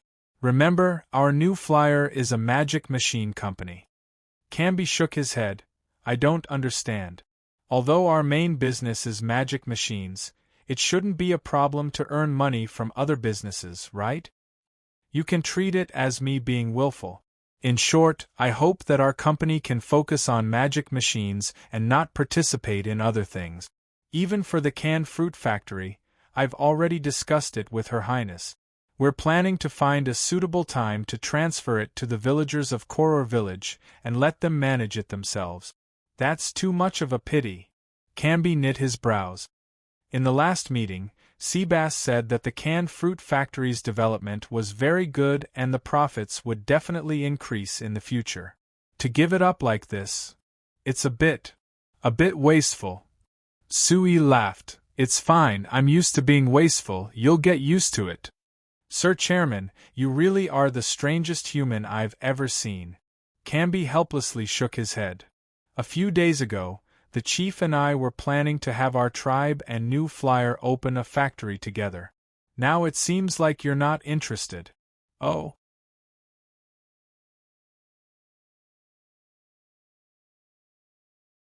Chief Saluka has seen the Nightsong tribe open a factory, and he's not willing to be left out? Sue asked with a smile. Camby laughed, tacitly agreeing with Sue's guess. Tell me, what factory is Chief Saluka planning to open? Sue kept asking. The chief said that Banta City has had a great harvest for several years now, and because of the fertilizer this year, the wheat yield is ridiculously high, so there will be quite a bit of wheat in Banta City. He's planning to open a brewery with our new flyer. Brewery? Sue couldn't help smiling. This really suits the style of you dwarves. What? Even the wine of the Sachi Manor can't satisfy you? You have to open your own brewery? It can be considered one of the reasons. Canby rubbed his head and said with a laugh, but the main reason is that the chief feels that with how good our dwarves are at making wine, it would be a waste if we didn't use it for something. We didn't do this before because there wasn't enough grain to eat, so we didn't have enough to make wine. But not only is Banta City's grain yield high, our company's farmland in the Principality of Constantine also has a high yield. Anyway, there's a lot more, so we might as well use it to make wine. This idea isn't bad, I support it very much. Sue thought about it before saying with a nod, that's right, there are still 100,000 tons of wheat in Banta City's granary. Her Highness and I were discussing how to deal with the extra wheat a while ago. I think that I can convince her to take out a small part of it to make wine, which can be considered an effective source of income for Banta City. Great. Hearing Sue Yi's response, Canby excitedly waved his fist. The chief is worried that it won't be easy for us dwarves to buy enough wheat. Now that Sir Chairman is here, it's much easier. This is a win-win situation. I'm very happy to facilitate it, Sue said with a smile. But I'm only a middleman. As for the specifics, you have to learn from the elves of the Nightsong tribe and solve your own problems. I won't meddle. All right, we understand humans better than those stubborn elves, so there definitely won't be a problem. Canby forcefully patted his chest as he spoke in a voice filled with confidence. I hope that when I ask about the development of the new magic machines, you can tell me that there definitely won't be a problem. Upon hearing this question, Canby's face, which was brimming with confidence, instantly crumbled.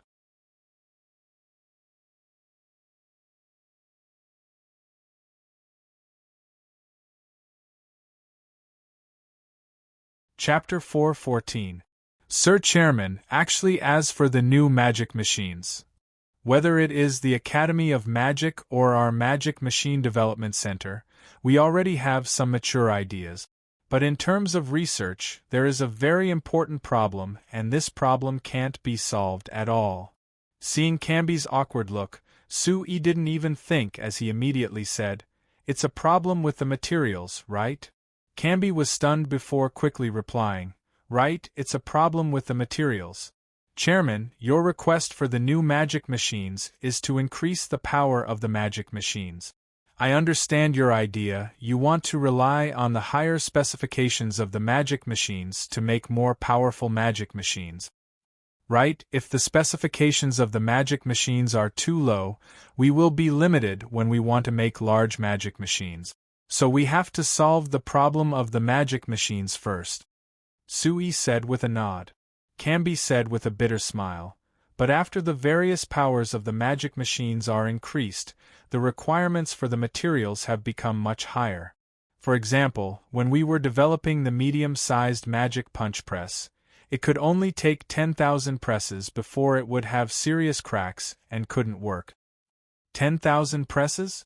Sue knit his brows. "Isn't that a bit too little? You haven't thought of another way to alleviate it?" "We've thought about it. For example, we can cover the outside of the magic machines with mud to counteract the vibrations and reduce the pressure on the machine, but the effects aren't that clear," Canby said with a sigh. "In the end, to achieve the desired effect, the machine itself has to withstand the corresponding pressure, which is something that can't be avoided. So in the end, we can only solve the problem of the materials used to make the magic machines." Sue also gave a bitter laugh. "There's no other way. I can't solve this problem either. Material research can't be rushed, there are no shortcuts." Every time he discussed the problem of materials with Canby and the others, Sue was very regretful that he didn't learn more about materials science when he was on Earth. He couldn't use his experience on Earth to develop the new flyer in this area. However, materials science was broad and profound. Even if Sue had this idea at that time, he probably didn't have the time. Now that he could use his mechanical engineering knowledge to build the new flyer in Banta City in just 3 years, it couldn't be considered wrong. At the end of the day, the industrial system was incomparably complex, and it was far from something he could handle alone. It's a good thing that we already have many kinds of non-ferrous metals. As long as we keep researching, I think we'll be able to make a breakthrough in material research and find a suitable alloy to make this kind of magic machine that needs to resist strong forces. Sue comforted Camby.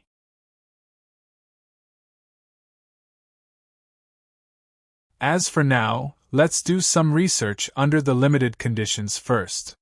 That's the only way. Camby nodded. Soon after, he became excited again. But Chairman, the research on the new production magic machines isn't all bad news. Oh? That meant that there was still a breakthrough. Tell me, in what aspect did you break through?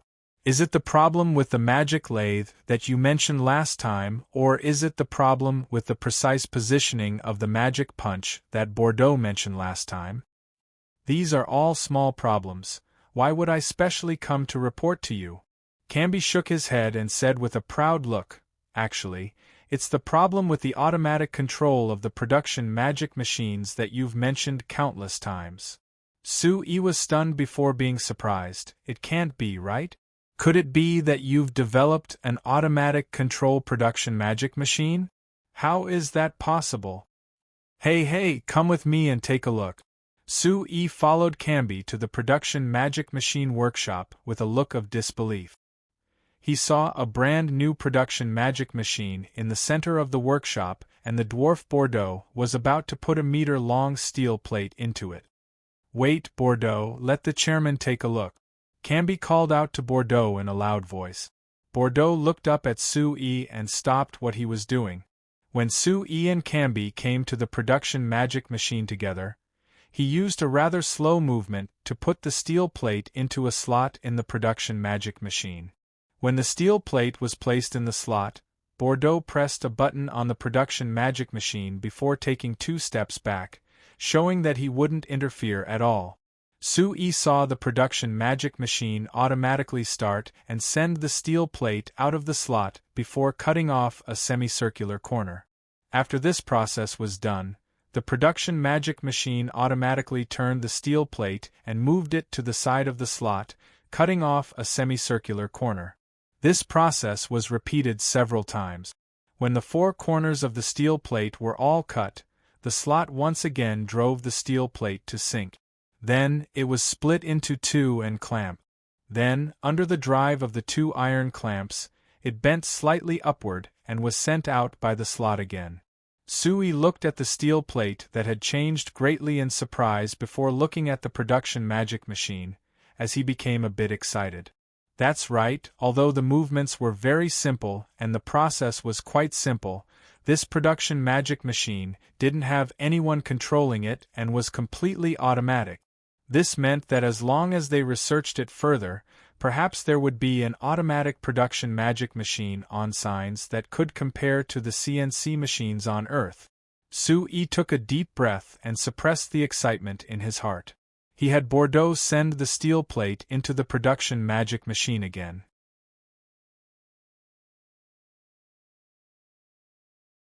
Bordeaux did the same and Sue saw the steel plate go through the same process again before being sent out. Sue put the 2 steel plates together and was surprised to find that they were exactly the same.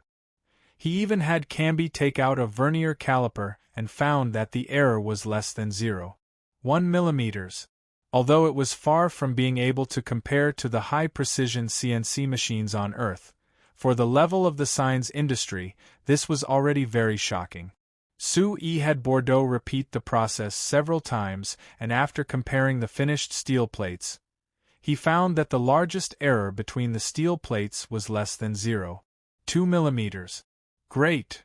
Sue couldn't help shouting out. Then he forcefully patted Camby and Bordeaux's shoulders as he excitedly said, "You've done great.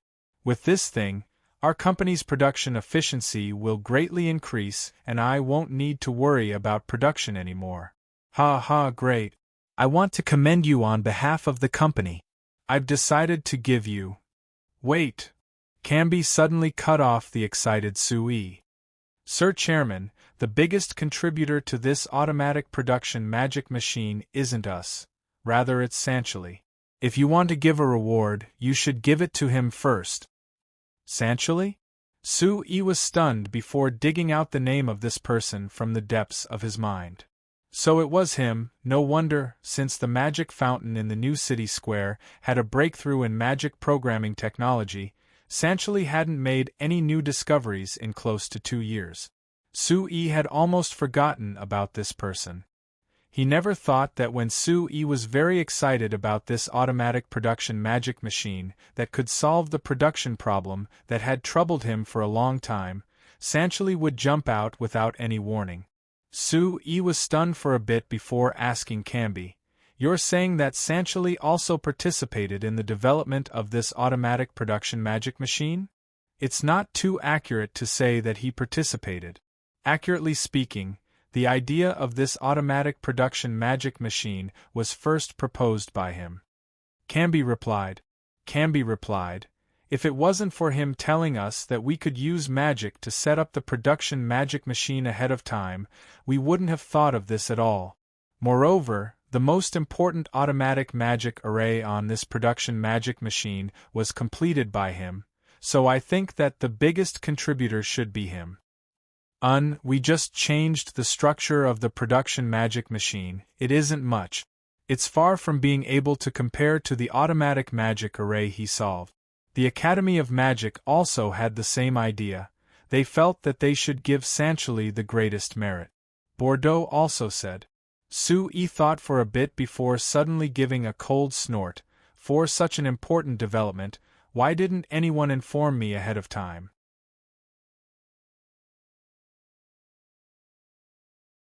Even when you were about to finish developing this automatic production magic machine, I didn't know about it.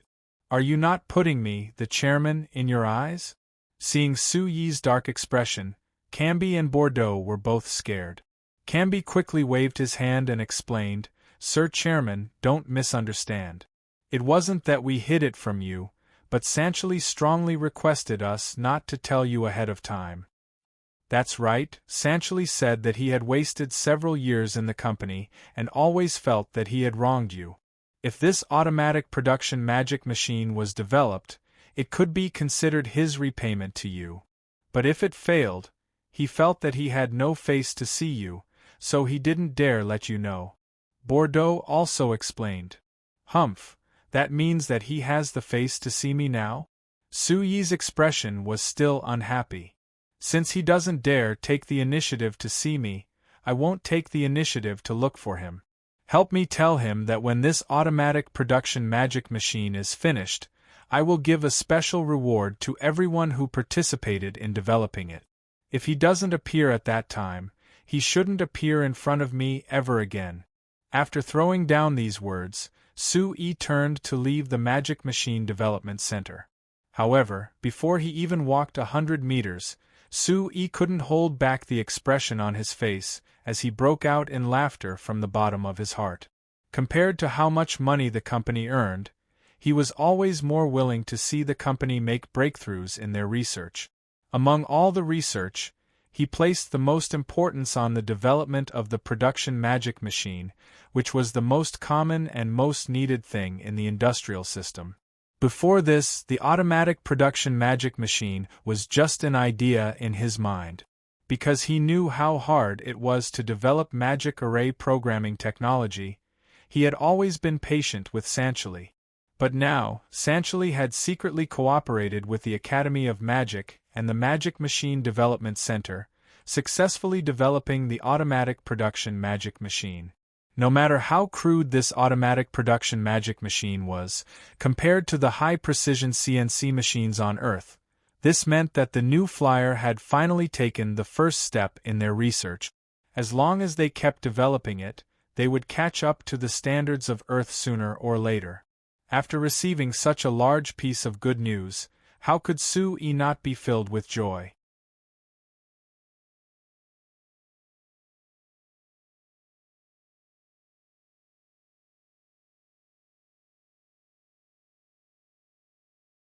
Chapter 4:15. After Anjuin walked out of the door, he glanced at the farmland in the distance that had become barren after the harvest and was waiting to be reclaimed. After hesitating for a moment, he sat down at the door, took out his self-made hookah, and took a few puffs. His brows were deeply furrowed. Old man, why aren't you going to the fields? What are you sitting here for? Vera was about to go out for a stroll, but when she saw old man Anjuin sitting at the door, she immediately asked in a curious voice, "I'm thinking about something." Old man Anjuin tapped the ground beside him with his hookah, signaling for Vera to sit down. "Tell me, how should we deal with that field?" "What deal? Of course we should plant it. If we don't plant it, do you want it to be barren?" Vera looked at old man Anjuin with a confused look. But she saw that old man Anjuin had a few more strands of white hair compared to yesterday. Looking at the wrinkles on his face, her heart softened. "Of course, it's fine if you don't want to plant it. Anyway, our 2 sons and our daughter have found jobs in the city and they're earning quite a bit. We can just have them take out a bit to support us.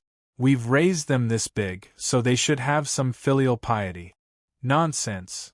Old man Anjuin angrily reprimanded Vera. "Although the children have jobs now and the salary is good, they have their own families and still need money. Did you forget? Last time the boss came back, he said that he was planning on sending his son to the new flight college, so it should cost quite a bit. Us 2 old fellows have hands and feet, why would we add more burden to the children?" Vera tried to persuade him, but she was reprimanded by old man Anjuin. She instantly became unhappy and glared at old man Anjuin. "Then what do you want?" "I don't want anything, I'm just a bit hesitant. Tell me, should we plant wheat on that piece of land like we did in the past, or should we plant something else?" "Plant something else? Plant what?" Vera asked in a stunned voice. "Didn't the Cantona Chamber of Commerce come to our village a few days ago, saying that they wanted to contract our village to plant fruit trees? I thought that rather than letting them plant it, I might as well plant it myself. After all, we've planted fruit trees for a few years before, so we have experience. If you grow it yourself, you'll earn more money than if you give it to the Cantona Chamber of Commerce." Aunt Vera rolled her eyes at Anjuin. "If you really want to rely on the land to earn money, you might as well learn from the other villagers and give the land to the Cantona Chamber of Commerce. Based on the fact that our family has over 10 mu of land, we can earn at least 30 gold coins a year. That way, when you're free, you can go to other chambers of commerce and find a job. Wouldn't you be able to earn a lot in the end?" "That's different. After all, this land belongs to me."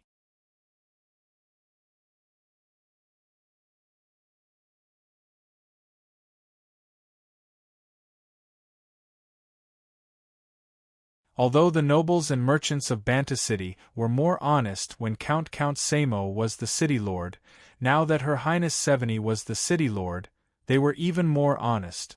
But compared to these old men, a normal farmer like him had a low status, so he didn't dare block their path. But the strange thing was that this medium-sized magic car stopped beside Anjuin. The window on Anjuin's side opened and a beautiful young girl with a sweet appearance and a gentle aura who shouldn't have appeared in this kind of remote place popped her head out, revealing a sweet smile to Anjuin. "Hello, is this Prana Village?" Old man Anjuin looked in the car in a daze. He found that other than this young and beautiful girl, there were 2 dwarves and a male elf, as well as 3 human males. One was a bit younger and the other 2 seemed to be at least 40 years old. "Ah, that's right. This is Prana Village." Anjuin nodded. "You came from Banta City, right? What did you come to our village for?" "We came here to inspect," the young girl replied.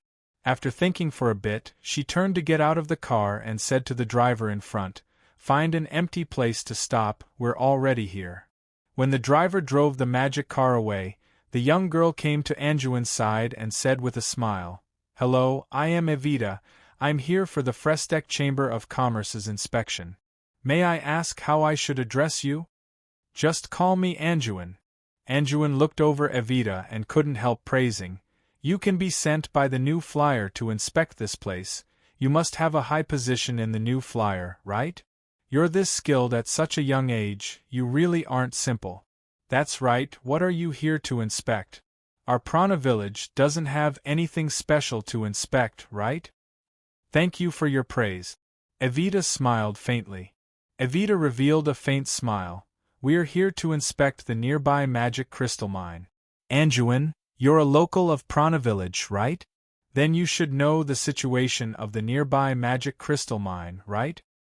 I've lived here my entire life and I dare say that there aren't many people who know this place better than me. The magic crystal mine you're talking about should be in that direction. Anjuin pointed to the southwest of the village. The Foucault Chamber of Commerce mined this magic crystal mine for several months before and I even worked there for a while. It's great that you're familiar with it, Evita said with a happy smile. Then do you have time now? Can I trouble you to take us to inspect it? We're lacking a suitable guide. If we've wasted your time, we're willing to pay you a certain amount of compensation, which should satisfy you.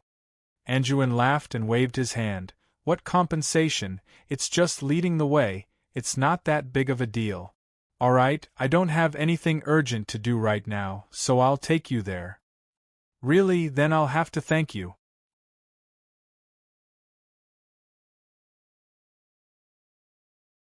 Evita turned to wave at the people who had already chosen an open area to get out of the car, telling them to come over.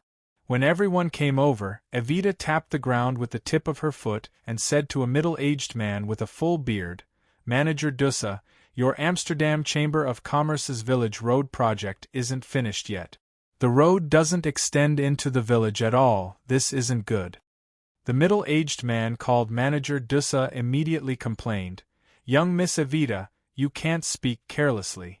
This project was proposed by your new Flyers chairman Sue and our company received permission from the City Lord's Manor to build it, so we didn't cut any corners at all. The reason why we didn't pave the road into the village was to ensure that each village had a road connected to it.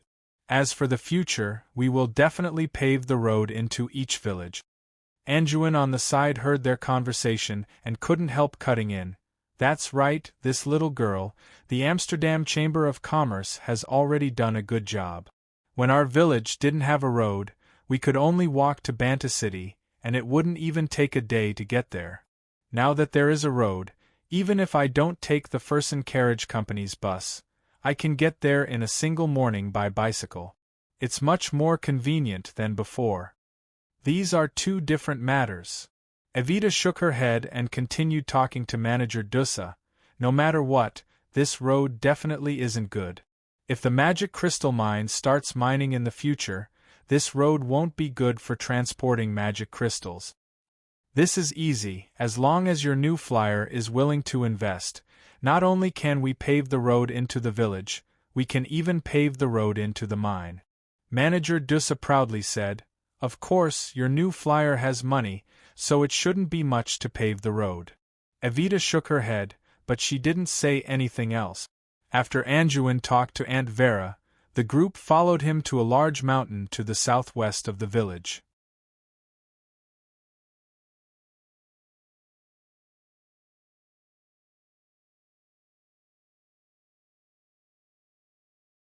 Chapter 4:16. Yeah. Walking on the mountain path, Evita suddenly stepped on air and her body tilted to the side. The young researcher from the Academy of Magic who came with her, who was also a member of the Magic Crystal Refining Team, Tibers, quickly reached out to support her. When Evita's body steadied again, she immediately pushed away Tibers' hand that was supporting her without batting an eyelid and softly thanked him. A trace of disappointment appeared in Tibers' eyes. Of the young male researchers of the Magic Research Institute of New Flying Chamber of Commerce, most of them had a good impression of this young, beautiful, gentle, and kind principal. He wasn't an exception. It was a pity that even though Evita's attitude towards everyone was friendly, she never showed any special feelings towards anyone. Seeing Evita's gentle side profile, Tibers gave a sigh in his heart. He slightly knit his brows as he said, Principal, I already said that I could do this alone. Why did you have to personally make a trip? This mountain path is hard to walk on and you are a girl, so it's inconvenient. Evita shook her head. This is work, there's nothing inconvenient about it. Then again, I was the one who asked for this magic crystal mine from the chairman, so of course I have to be responsible. I can't disappoint the chairman's expectations for me. And I can't waste the precious funds the company has given us. But it's just verifying the quality of the magic crystals, it isn't that hard. I feel that I can easily do it alone, Tiberius said in an unwilling voice. Evita gave him a gentle smile. I believe in your abilities. But this magic crystal mine is the first magic crystal mine that our company has officially mined, so it is very important. The chairman places great importance on the standardization of magic crystals, so I don't want any mistakes on this matter. Isn't it because you don't trust me? Tiberius muttered in an aggrieved voice. It isn't that I don't trust you. But Tiberius, your familiarity with the magic crystal refining array isn't as high as mine, right? Can you make an accurate judgment of each magic crystal, with a deviation of less than 0.1 AI? Evita asked with a serious look. Tiberius thought about it before shaking his head with a bitter laugh. I can't compare to you in this aspect since you are the expert. That's right. Evita softened her tone. I just said that because this is the first magic crystal mine to be mined, we have to be very strict and can't make any mistake. Moreover, I need to investigate this place myself and familiarize myself with the situation of the magic crystal mine, so I can make some changes based on the situation. Evita thought highly of this Tiberius, which was why she brought him here for this inspection and patiently explained her intentions to him. Hearing Evita's explanation, although Tibbs still didn't agree, he still nodded honestly.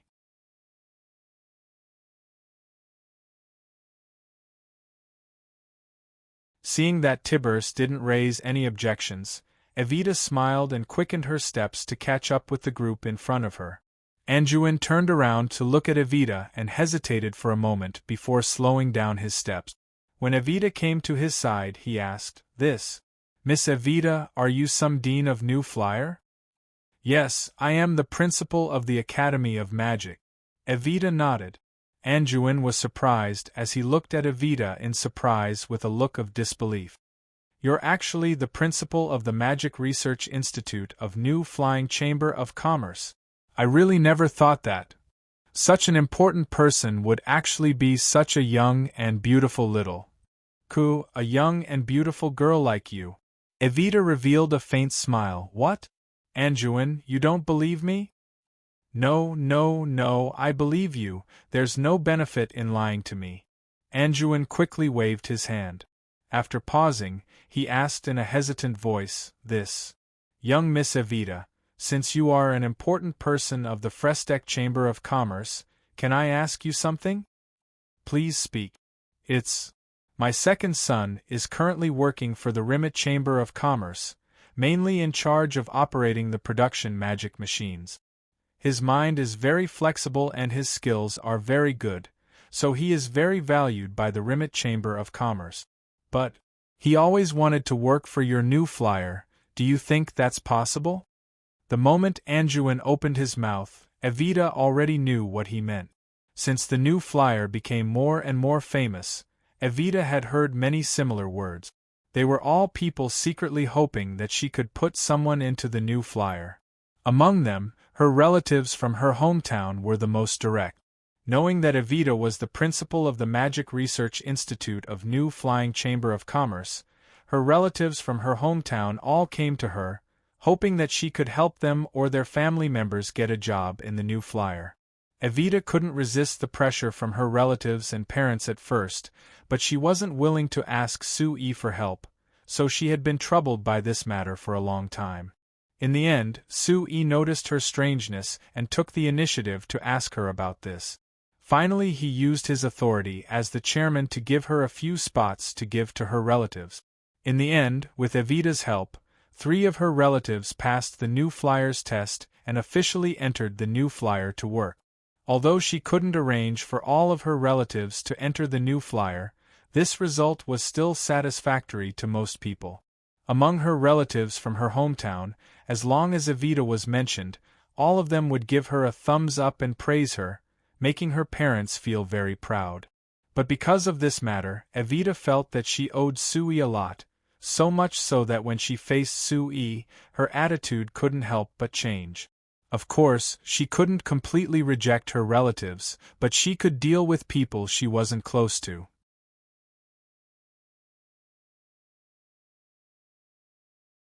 Hearing Anjuin's question, Evita smiled. If your son's skills are good enough, then I think he has the qualifications to work for our new flyer. Anjuin's face lit up. Really? Then I'll go back and tell that kid to apply for a job at your new flyer? In terms of procedure, I welcome him on behalf of the new flyer. Evita paused and continued, but Anjuin, although the Rimmet Chamber of Commerce isn't as good as our new flyer in terms of treatment, I know that the salary they give isn't low. The most important thing is that they are only a small chamber of commerce, so your son has a lot of room for improvement there. I don't think it's worse than coming to our new flyer. Anjuin chuckled and scratched his head. Actually, he also knows this. But if he can work for your new flyer, it'll be a lot more glorious. This kid isn't married yet, so if he can enter your new flyer, I think a lot of girls will take a fancy to him. Hearing Anjuin's answer, Tibbs, Supervisor Dussa, and the other middle-aged man as well as the two dwarves couldn't help but laugh. Supervisor Dussa laughed loudly. I say, Anjuin, although working for New Flyer is indeed a lot more glorious, our Amsterdam Chamber of Commerce isn't bad either. Go ask your second son if he's willing to come to our Amsterdam Chamber of Commerce. Our Chamber of Commerce is recruiting a lot of people recently, so he should meet the requirement. Amsterdam Chamber of Commerce? Anjuin looked at Supervisor Dussa in shock and shook his head. That won't do. Your Amsterdam Chamber of Commerce is always at the construction site, and when you work, you're covered in dust. Our village has 2 people laying roads for your Amsterdam Chamber of Commerce, and every time they come back, it's like they're buried in the ground, and they look as ugly as they can be. How can girls like them like this?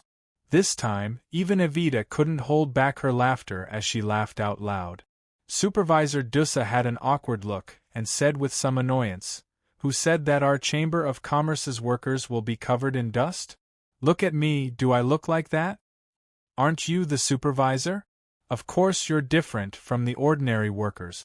Anjuin shook his head. Our normal workers never say that they're buried in the ground after work.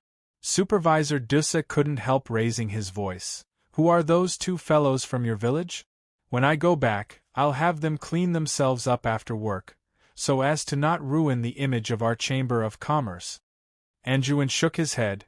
Naturally he wasn't willing to say anything. Supervisor Dussa gave a cold snort. Even if Anjuin didn't say anything, as one of the supervisors of the Amsterdam Chamber of Commerce, naturally he could easily find out. When he was thinking about how to take care of those 2 fellows, Evita suddenly said, Supervisor Dussa, I feel that you should pay attention to the problem that Anjuin mentioned.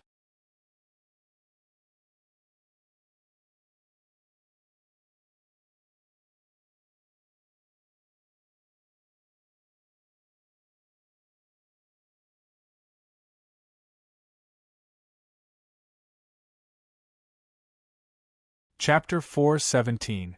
Among the people who came with Evita, Tibbers was her assistant. Manager Dussa had been entrusted by the new flyer to represent the Amsterdam Chamber of Commerce to inspect the surrounding environment of the mine, preparing to solve the problem of transportation around the mine. The 2 dwarves had been sent by Sui to inspect the magic crystal mine. As for the other middle-aged man, he was the representative sent by the Fulcao Chamber of Commerce. Because the Fulcao Chamber of Commerce had very mature experience in mining and had mined this magic crystal mine before, Sui had invited Crick, who had worked in the Fulcao Chamber of Commerce for over 20 years through Chairman Morgan to help with the inspection, as well as providing advice. The group of people followed Old Man Anjuin for around an hour and a half, before finally arriving at the mine. On the surface, this mine still had some traces left by the Foucault Chamber of Commerce. Even if Crick wasn't in charge of this mine before, he could see many things about this mine from the traces left behind. It seems like our company gave up on this magic crystal mine because it was too hard to mine. Crick pointed at an abandoned mine as he spoke. Look, the magic crystals here seem to be buried very deep. It's not easy to dig them out. The two dwarves looked at the mine and shook their heads, showing that this wasn't a problem at all. For the dwarves, this mine wasn't hard to mine at all. Then again, with the various mining magic machines developed by the new flyer, it was much easier to mine by hand. Crick was naturally aware of this, but he was just feeling emotional. Then he began inspecting the mine according to his duties. Different from the others who had to inspect the mine, Evita brought Tibbers into the mine with the two dwarves. With the help of the dwarves, they quickly obtained a sample of the magic crystals in the mine. Magic crystal mines were different from iron ores. Iron ores were normally naturally formed iron and ores that needed to be refined. But magic crystals were normally condensed from natural magic, so it would be a complete magic crystal when it was dug out. The only difference was the size and quality. The two dwarves used the small tools in their hands to easily dig out several magic crystals of different sizes. Evita took them to look over and found that these magic crystals were all above average quality. If all the magic crystals in this magic crystal mine had this quality, this magic crystal mine could be considered very good. After hinting to the two dwarves to keep digging for magic crystals in other parts of the mine, Evita and Tibbers came out of the mine and found an empty space. Using the magic materials they had on them, they quickly set up a magic crystal refining array. Evita had already thoroughly researched this refining magic array.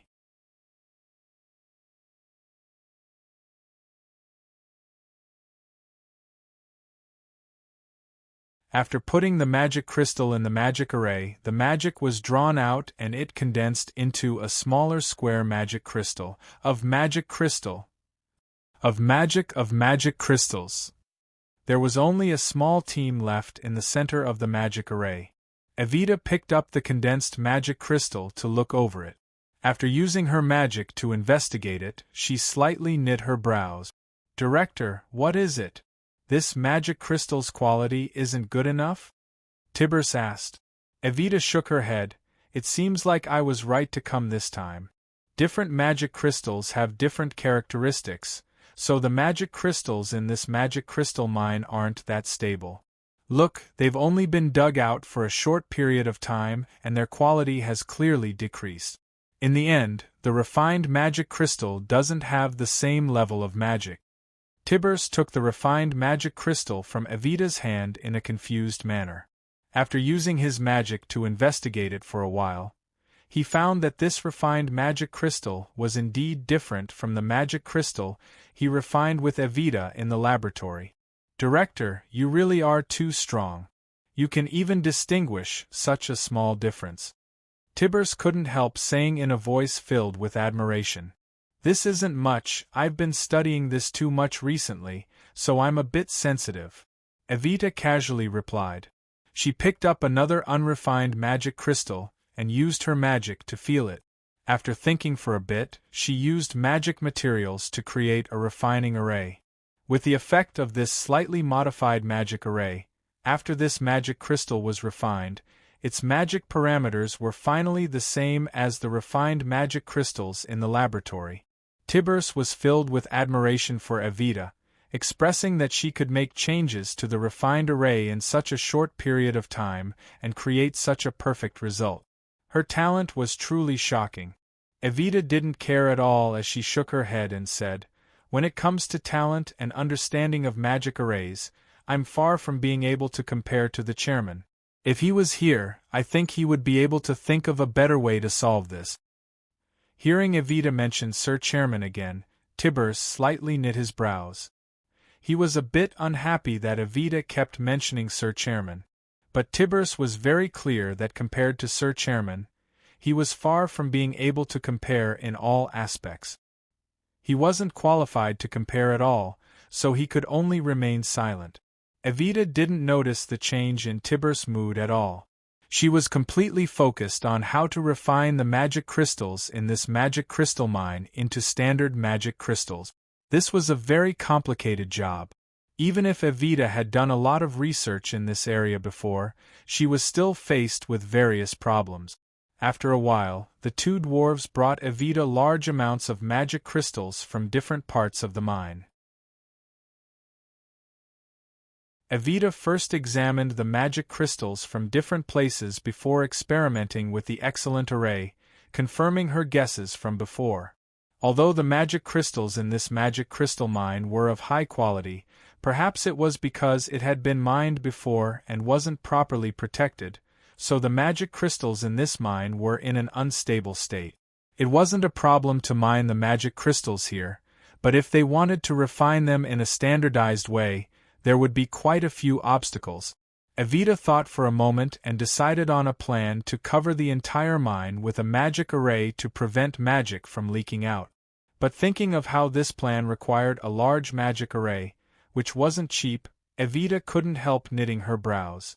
She had taken the initiative to ask Sue to investigate this magic crystal mine on behalf of the Academy of Magic, hoping that she could use her own efforts to help the company reduce their losses. However, this plan would cost at least 20,000 gold coins, which directly increased the cost by quite a bit. After considering it, Evita found that there was no better way for now. She could only have Tibur's collect all the magic crystals and prepare to bring them back for research. At this time, Manager Dusa and the others had already finished their inspection of the mine. They left the mine under the lead of Old Man Anjuin and returned to Prana village. Evita declined Old Man Anjuin's invitation, but before they left, Old Man Anjuin couldn't help asking Evita about his son. Old Man Anjuin, I've already told you before that our company will be conducting a skill grade test for all the workers in the company. Then, according to the chairman's idea, he plans to spread this test outside of Xinfei, applying it to all magic machine companies. So I suggest that your son patiently wait for a bit, waiting for this test to be spread before taking the test. If he can obtain a high-level skill grade test, I think that whether it is our new flyer or any other magic machine company, it will be easy for him to find a job. Evita honestly said. Old Man Anjuin thought for a bit before nodding. All right, I'll tell that kid this. Let him quickly improve his skills, it's best if he can directly take the high-level test. Evita revealed a faint smile before saying goodbye to Old Man Anjuin with everyone. With the medium-sized magic car Manager Dusa rented from the Mercado Taxi Chamber of Commerce, it took everyone an hour to arrive at the falling rain valley that was 30 kilometers away. When the group and CEO Kennard finished the report on the magic crystal mine, it was already noon. Kennard invited everyone to lunch on behalf of the new flyer, but Evita rejected him. She had Tibur's bring the magic crystal samples back to the Academy of Magic in the Falling Rain Valley, and Evita focused on studying the samples. Seeing Evita focused on her research, Tibur's couldn't hide the admiration in his eyes. What he liked to see the most was Evita's serious appearance when she was researching. He always felt that Evita was the most beautiful when she was like this, and his heart was moved every time he saw it. However, when he thought of how Evita couldn't help revealing a smile when she mentioned Sir Chairman, Tibur's heart filled with pain. Although Tibur's admitted that he couldn't compare to Sir Chairman and it was normal for Evita to be interested in Sir Chairman, but Sir Chairman was already married to the most beautiful girl he had ever seen in his life, young Miss Steele. Moreover, Sir Chairman and young Miss Steele had always been close, so Evita didn't have a chance at all. In this situation, Evita still wasn't willing to give up. Tibur's was very clear that the more gentle a girl like Evita was, the more determined her heart was. Once she decided on something, almost no one could change it. But Tibur's still wanted to give it a try. Chief, Tibers saw Evita seriously studying that beautiful face that was filled with endless brilliance, and finally gathered his courage to speak. Evita tilted her head. What is it? Toward Sir Chairman, he. Purring. Tibers had just spoken when the door to the lab was suddenly pushed open, cutting off his words.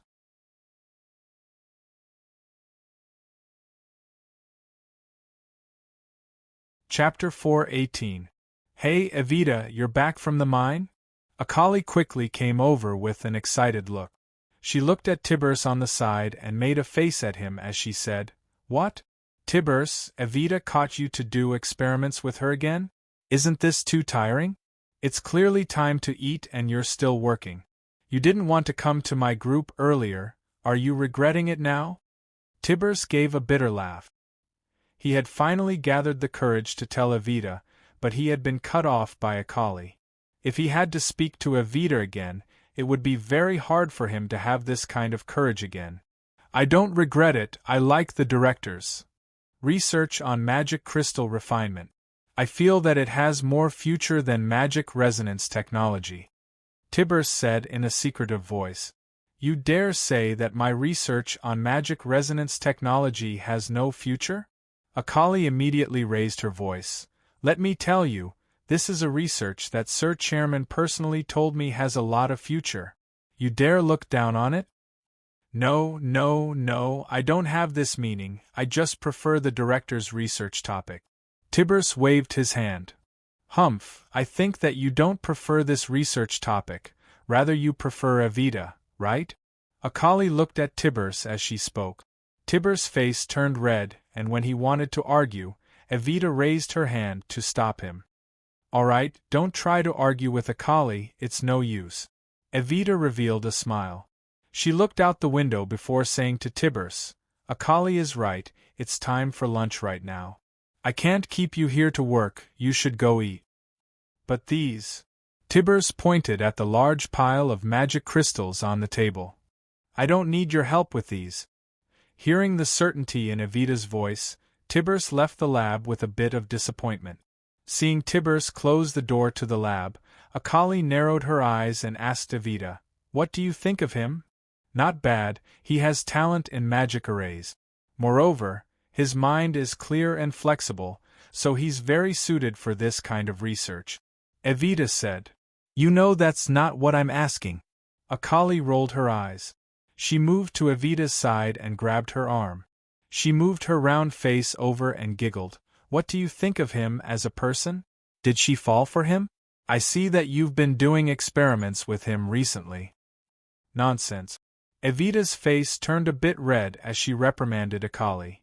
I'm just treating him as an assistant. I don't have so many messy thoughts. It's easier to develop feelings with an assistant. Akali giggled and said, They're all young boys and girls. It's normal for something to happen after being together for a long time. What's there to be shy about? Besides, Tibers is quite good-looking. I told you, it's not like that. Evita snappily threw off Akali's hand on her arm and said with a serious look, I'm warning you, don't speak nonsense about this kind of thing. If it affects my relationship with my assistant, I won't let you off. Akali stuck out her tongue and revealed a look of fear. Then she said with a smile, But the problem is that he clearly likes you. Don't tell me you don't know. Evita was stunned. He likes me? What kind of joke is this? Akali looked at Evita in surprise. After a while, she forcefully patted her forehead and said in a pained voice, I thought that you were the smartest and the most meticulous one among us, but now it seems like you're as slow as Sir Chairman. Think about it carefully, how does Tibers normally treat you? If he doesn't like you, then I must be blind. Evita knit her brows and carefully thought about what Akali had just said. Then she thought about what Tibers normally did and said to her. The more she thought about it, the more she found that what Akali said was the truth. I'm afraid it's not good. Evita felt a bit awkward. I don't have any feelings for him, so it'll be very awkward if I interact with him in the future. What is there to be awkward about? If you really don't like him, you can just find a chance to tell him. Anyway, no one is forcing you to like him. Akali said in an uncaring voice. Look, I like the chairman, but the chairman doesn't like me. Everyone knows this, but there's no awkwardness when interacting with him because this is a very normal thing. Evita looked at Akali with a bit of surprise. You're actually admitting it so openly now? Why do I feel that you shouldn't continue to like the chairman, so you're acting this calm? Humph, I've thought it through. If I like him, I like him. If I don't like him, I don't like him. Me liking the chairman is my own matter. It doesn't matter if he likes me or not. Akali looked at Evita with a deep gaze. Anyway, I'm not like a certain person who clearly likes him, but isn't willing to admit it. Isn't it uncomfortable? Evita's expression froze and she was in a daze for a bit before slowly shaking her head. Let's not talk about this. You didn't come looking for me just to talk about this nonsense, right? Do you have something important to tell me? Akali looked at Evita for a bit before giving a sigh. She didn't continue this topic and said with a serious expression, There is something important. Evita, how standardized is the magic crystal you're researching right now? It's hard to say. Which aspect are you referring to? You should know that my group and I have been researching magic array resonance technology. We're planning on creating a family remote control system, right? Akali asked. Evita thought about it and remembered. It's what you said last time. You want to use a remote control box to control all the magic machines in the house, and you don't even need to personally turn them on? Right, it's this. Akali nodded. Right now we're seeing some results with this research. Right now we can use a small magic array to adjust it, and we can use the magic array to separate different magic machines, allowing us to control them from a distance. But there is a very important problem right now. Is it the problem of the magic vibrations not being the same? Evita immediately asked. Akali giggled and reached out to pinch Evita's face. Our Evita is just that smart. That's right, it's this problem. If we want to control all the magic machines in the house through the same remote control system, we have to make the magic vibrations of the magic arrays in the magic machines be the same. But different magic arrays are different in this aspect. We can find a way to adjust the magic vibrations of the magic arrays, but we can't solve the problem of the magic crystals used in the magic arrays being affected. So Evita, have you finished standardizing the magic crystals you researched? It's not a complete success yet, but it's close to success. Evita smiled. Evita said with a smile, Did you forget? Kennard held a press conference a few days ago and proposed to standardize all aspects of the magic machines, preventing the magic machine market from being chaotic because of the standard. He even mentioned this? You should know that I'm too lazy to listen to these headache-inducing words, so I didn't notice. Akali thought about it before excitedly saying, That means the research should be about to succeed? That's great. The more I study these things, the more I feel that Sir Chairman was right before. The more detailed something is, the more it needs to be standardized, otherwise it would be too inconvenient. The chairman has always had foresight, his words can't be wrong. Evita softly said.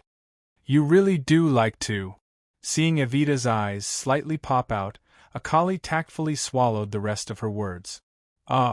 Since the magic crystals will be standardized soon, there won't be a problem with the unified remote control system that we're researching.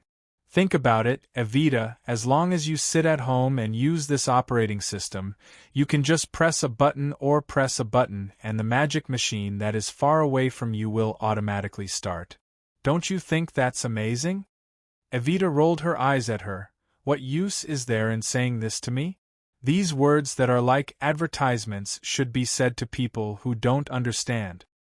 Che, advertising is the business of the sales department, I don't care. Akali thought about it before suddenly changing the topic. Right, Evita, Steele has been pregnant for this long and we've only seen her once. Shouldn't we find a time to visit her?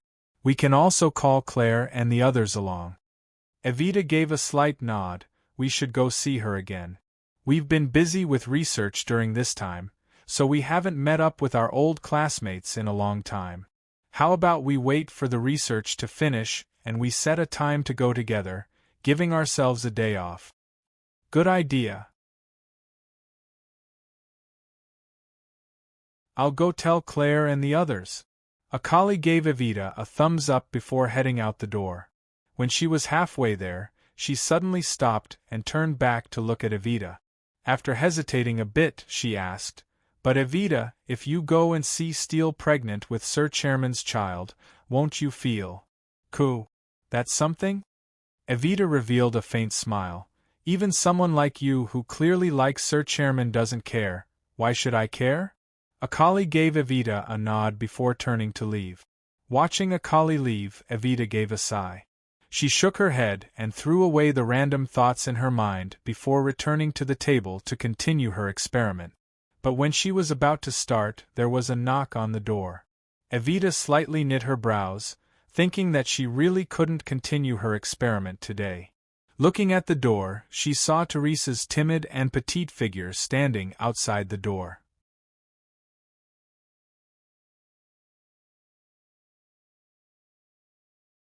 Chapter 419. What's the matter? Evita took the initiative to greet her. Teresa had been working at the Academy of Magic for almost 3 months now. In these 3 months, because of her cute and beautiful appearance and her polite and humble personality, she was loved by everyone in the Academy of Magic. Not to mention that almost all the male researchers in the Academy of Magic had a good impression of her. Even most of the female researchers treated her like a little sister and were very close to her. Evita was no exception, but compared to Teresa's appearance and personality, she admired Teresa's talent in magic research more. Teresa was younger than Steele and Evita, but her magic level was only slightly lower than theirs. She was also very talented in magic research. She had only been in the Academy of Magic for less than 3 months and had already made many outstanding contributions, making everyone see her in a new light. As the Dean of the Academy of Magic, Evita naturally liked and valued this kind of subordinate. After bringing Teresa into the room, Evita saw that she seemed to be in a difficult position, so she smiled and asked, "Just say what you want, there's nothing difficult about it." Teresa raised her head to look at Evita and bit her lips. She seemed to have made up her mind and said, "Dean, can I go into the data room to take a look?" Evita paused. "Data room? What do you want to see in the data room?" "Dean, I've been researching a new type of magic lamp. I need to use magic array intermittent supply technology. I heard from my colleagues that our Academy of Magic already has this technology, but it's always been locked in the data room. But if I want to see it, I need your permission, so I came to ask you." "I see." Evita nodded. She thought for a bit and then shook her head. "I'm afraid I can't agree to this. According to our Academy of Magic's rules, only level 3 researchers or above have the right to enter the data room. You're only a junior researcher right now, so—" A trace of disappointment flashed across Teresa's small face. She lowered her head and sighed. "I thought I could finally make some contributions to the Chamber of Commerce and repay the president." Hearing this, Evita's expression changed. After a moment of silence, she smiled. "I only said that you can't enter the data room for now, but I didn't say that you can't look at the data. If you only need information on the intermittent supply of mana from magic arrays, I can show it to you and help you with your research. What do you think? Do you need it?" Teresa immediately raised her head and asked happily, "Really? Really?" Evita nodded with a smile. "That's great." Teresa was excited. "As long as I have the support of this technology, I will be able to develop a new type of magic lamp. I feel that this magic lamp will definitely be popular. The guild leader will definitely be very happy when he knows about it." Evita couldn't help but laugh when she saw how happy Teresa was because she had a chance to repay Sui. At the same time, she sighed with emotion. President, just how many girls do you want to attract the attention of? ####.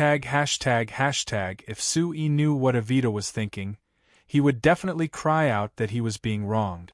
He never thought of attracting the attention of a girl and making the other side pay special attention to him.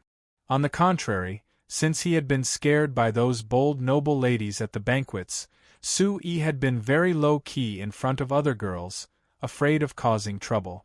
Since he married Steele, he had been even more low-key. It had been a long time since he attended any banquets in Banta City. As long as he was free at night, his first choice would be to accompany Steele. However, it was impossible for the matters of this world to be decided by his will. He wanted to avoid other girls to avoid trouble, but the trouble in his eyes would always take the initiative to find him. Among these troubles, Sophia had always been the biggest one in Suyi's eyes. "Hey, Chairman Su, I'm here to play with you again. How about it? Do you welcome me?" Seeing Sophia's smile, but there was a sly and proud look hidden in her eyes, Su-yi gave a bitter laugh in his heart. He revealed a warm smile on his face as he said with a nod, "Of course you're welcome. How could you not be welcome?" That's good." Sophia nodded in satisfaction. "Since you welcome me, I'll stay here a bit longer this time. If I'm satisfied with my inspection, perhaps I'll stay here in the future." Stay here? Su-yi was stunned. "Why do you want to stay here? What do you want to do here?" "Of course I want to stay here to find work. What else can I do?" Sophia looked at Su-yi and gave a soft snort. "I can see that you were lying to me just now. You don't welcome me at all and you don't want me to stay here, right?" Seeing Sophia pout her lips, Su-yi felt a headache coming on. He quickly waved his hand with a smile. No, of course not. I'm just a bit surprised. Why do you want to stay here to find work? If you want to work, you can easily find work at the Walmart Chamber of Commerce." "Humph, I'm tired of the Walmart Chamber of Commerce since I was young. What fun is there? Then again, I'm a magician, the Walmart Chamber of Commerce doesn't need me. Could it be that you want me to be a guard for the company? A girl like you, of course you're not suited to being a guard. But Sophia, you don't need to come to our Banta City to find work, right?" Sui said with a bitter smile. "This place is far from Anvilmar City. It won't be convenient for you to go home in the future." "How is it inconvenient?" Sophia glared at Sui. Sophia glared at the Furson Carriage Company. "Didn't the Furson Carriage Company say that with the magic cars produced by your new flyer, it only takes half a day to go from Banta City to Anvilmar City? Well, the inconvenience I'm talking about includes your life here. Think about it, you grew up in Anvilmar City, so you definitely won't be able to adapt to living in a small city like Banta City." Su-yi kept persuading her. "If my brother can adapt to it, why can't I?" Sophia retorted, unconvinced. Sophia refuted. "I've been here many times, so I'm already very familiar with this place. What is there to not adapt to?" After saying this, she looked over and revealed a sweet smile to Su-yi. "Then again, isn't there Chairman Su here? Big Brother told me that you are a very influential person in Banta City right now. If I stay here, wouldn't an important person like you take care of a little girl like me?" Seeing the proud smile on Sophia's face that was like a little fox, Su-yi revealed a bitter smile. He turned to look at Kennard, who was watching Sophia's performance on the side, and the Walmart Chamber of Commerce's Vice Chairman Hank Wilson, who came with Sophia this time. He asked, "The two of you aren't against this?" Kennard gave a bitter smile at the same time. He gave a shrug and helplessly said, "Sir Chairman, you should know what kind of personality my little sister has, right? I can't do anything to her." Hank Wilson clearly already knew about Sophia's decision, so he said with a faint smile, "Sir Count and the Madam support letting young Miss Sophia come out to see the world, so they have already agreed to young Miss Sophia's decision." Su-yi couldn't help rolling his eyes. seeing the world and increasing one's knowledge, you don't have to come to our Banta city, right? Your Walmart Chamber of Commerce has branches in every city of the kingdom. Why don't you go to a place that Sophia is more familiar with? Humph, I knew that you wouldn't welcome me. Hearing Su Yi's words, Sophia was immediately unhappy as she angrily said, I don't care. Whether you welcome me or not, I've decided to stay here. Moreover, I want to work for your new flyer. Su-yi, you don't like me, so I'll stick to you. Su-yi rubbed his forehead and ignored Sophia, who had entered her pampered mode, as he looked at Hank Wilson. Actually, young Miss Sophia is right. The reason why I chose this place is because young Master Kennard is here, and the other important reason is because Chairman Su and the new flyer are here. Is that so? From Hank Wilson's response, Su-yi could tell that there was no room for him to refute this matter.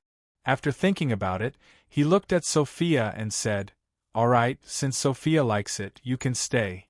But if you want to work for our new flyer, I'm afraid. Why not? Sophia immediately raised her voice. I'm a level 3 mage. Why can't I work for your new flyer? I haven't said that you can't. Su-yi waved his hand. What I meant was that our new flyer's regulations are very strict. If you want to work for our new flyer, there's no problem, but you'll have to go through the entry test like everyone else. If you can't pass, then I can't open the back door for you. Humph, I knew you'd look down on me. Sophia raised her head slightly, her expression as arrogant as a little rooster's. Let me tell you, I'll definitely pass the entry test. When I become an employee of your new flyer, I'll pester you every day and annoy you to death. Su-yi let out a ha, thinking that it would be better if she really became an employee of New Flyer. Did she really think that the employees of New Flyer had nothing to do all the time? Not to mention the mages on the front lines who were working overtime every day due to the large orders in the factories. Even the researchers in the Academy of Magic were burying their heads in their labs due to the heavy workload of research and development. How would they have the time to bother him all the time? You're tuning in to the Phoenix Knights YouTube channel. Don't forget to subscribe and join us on this journey to catch the most captivating stories.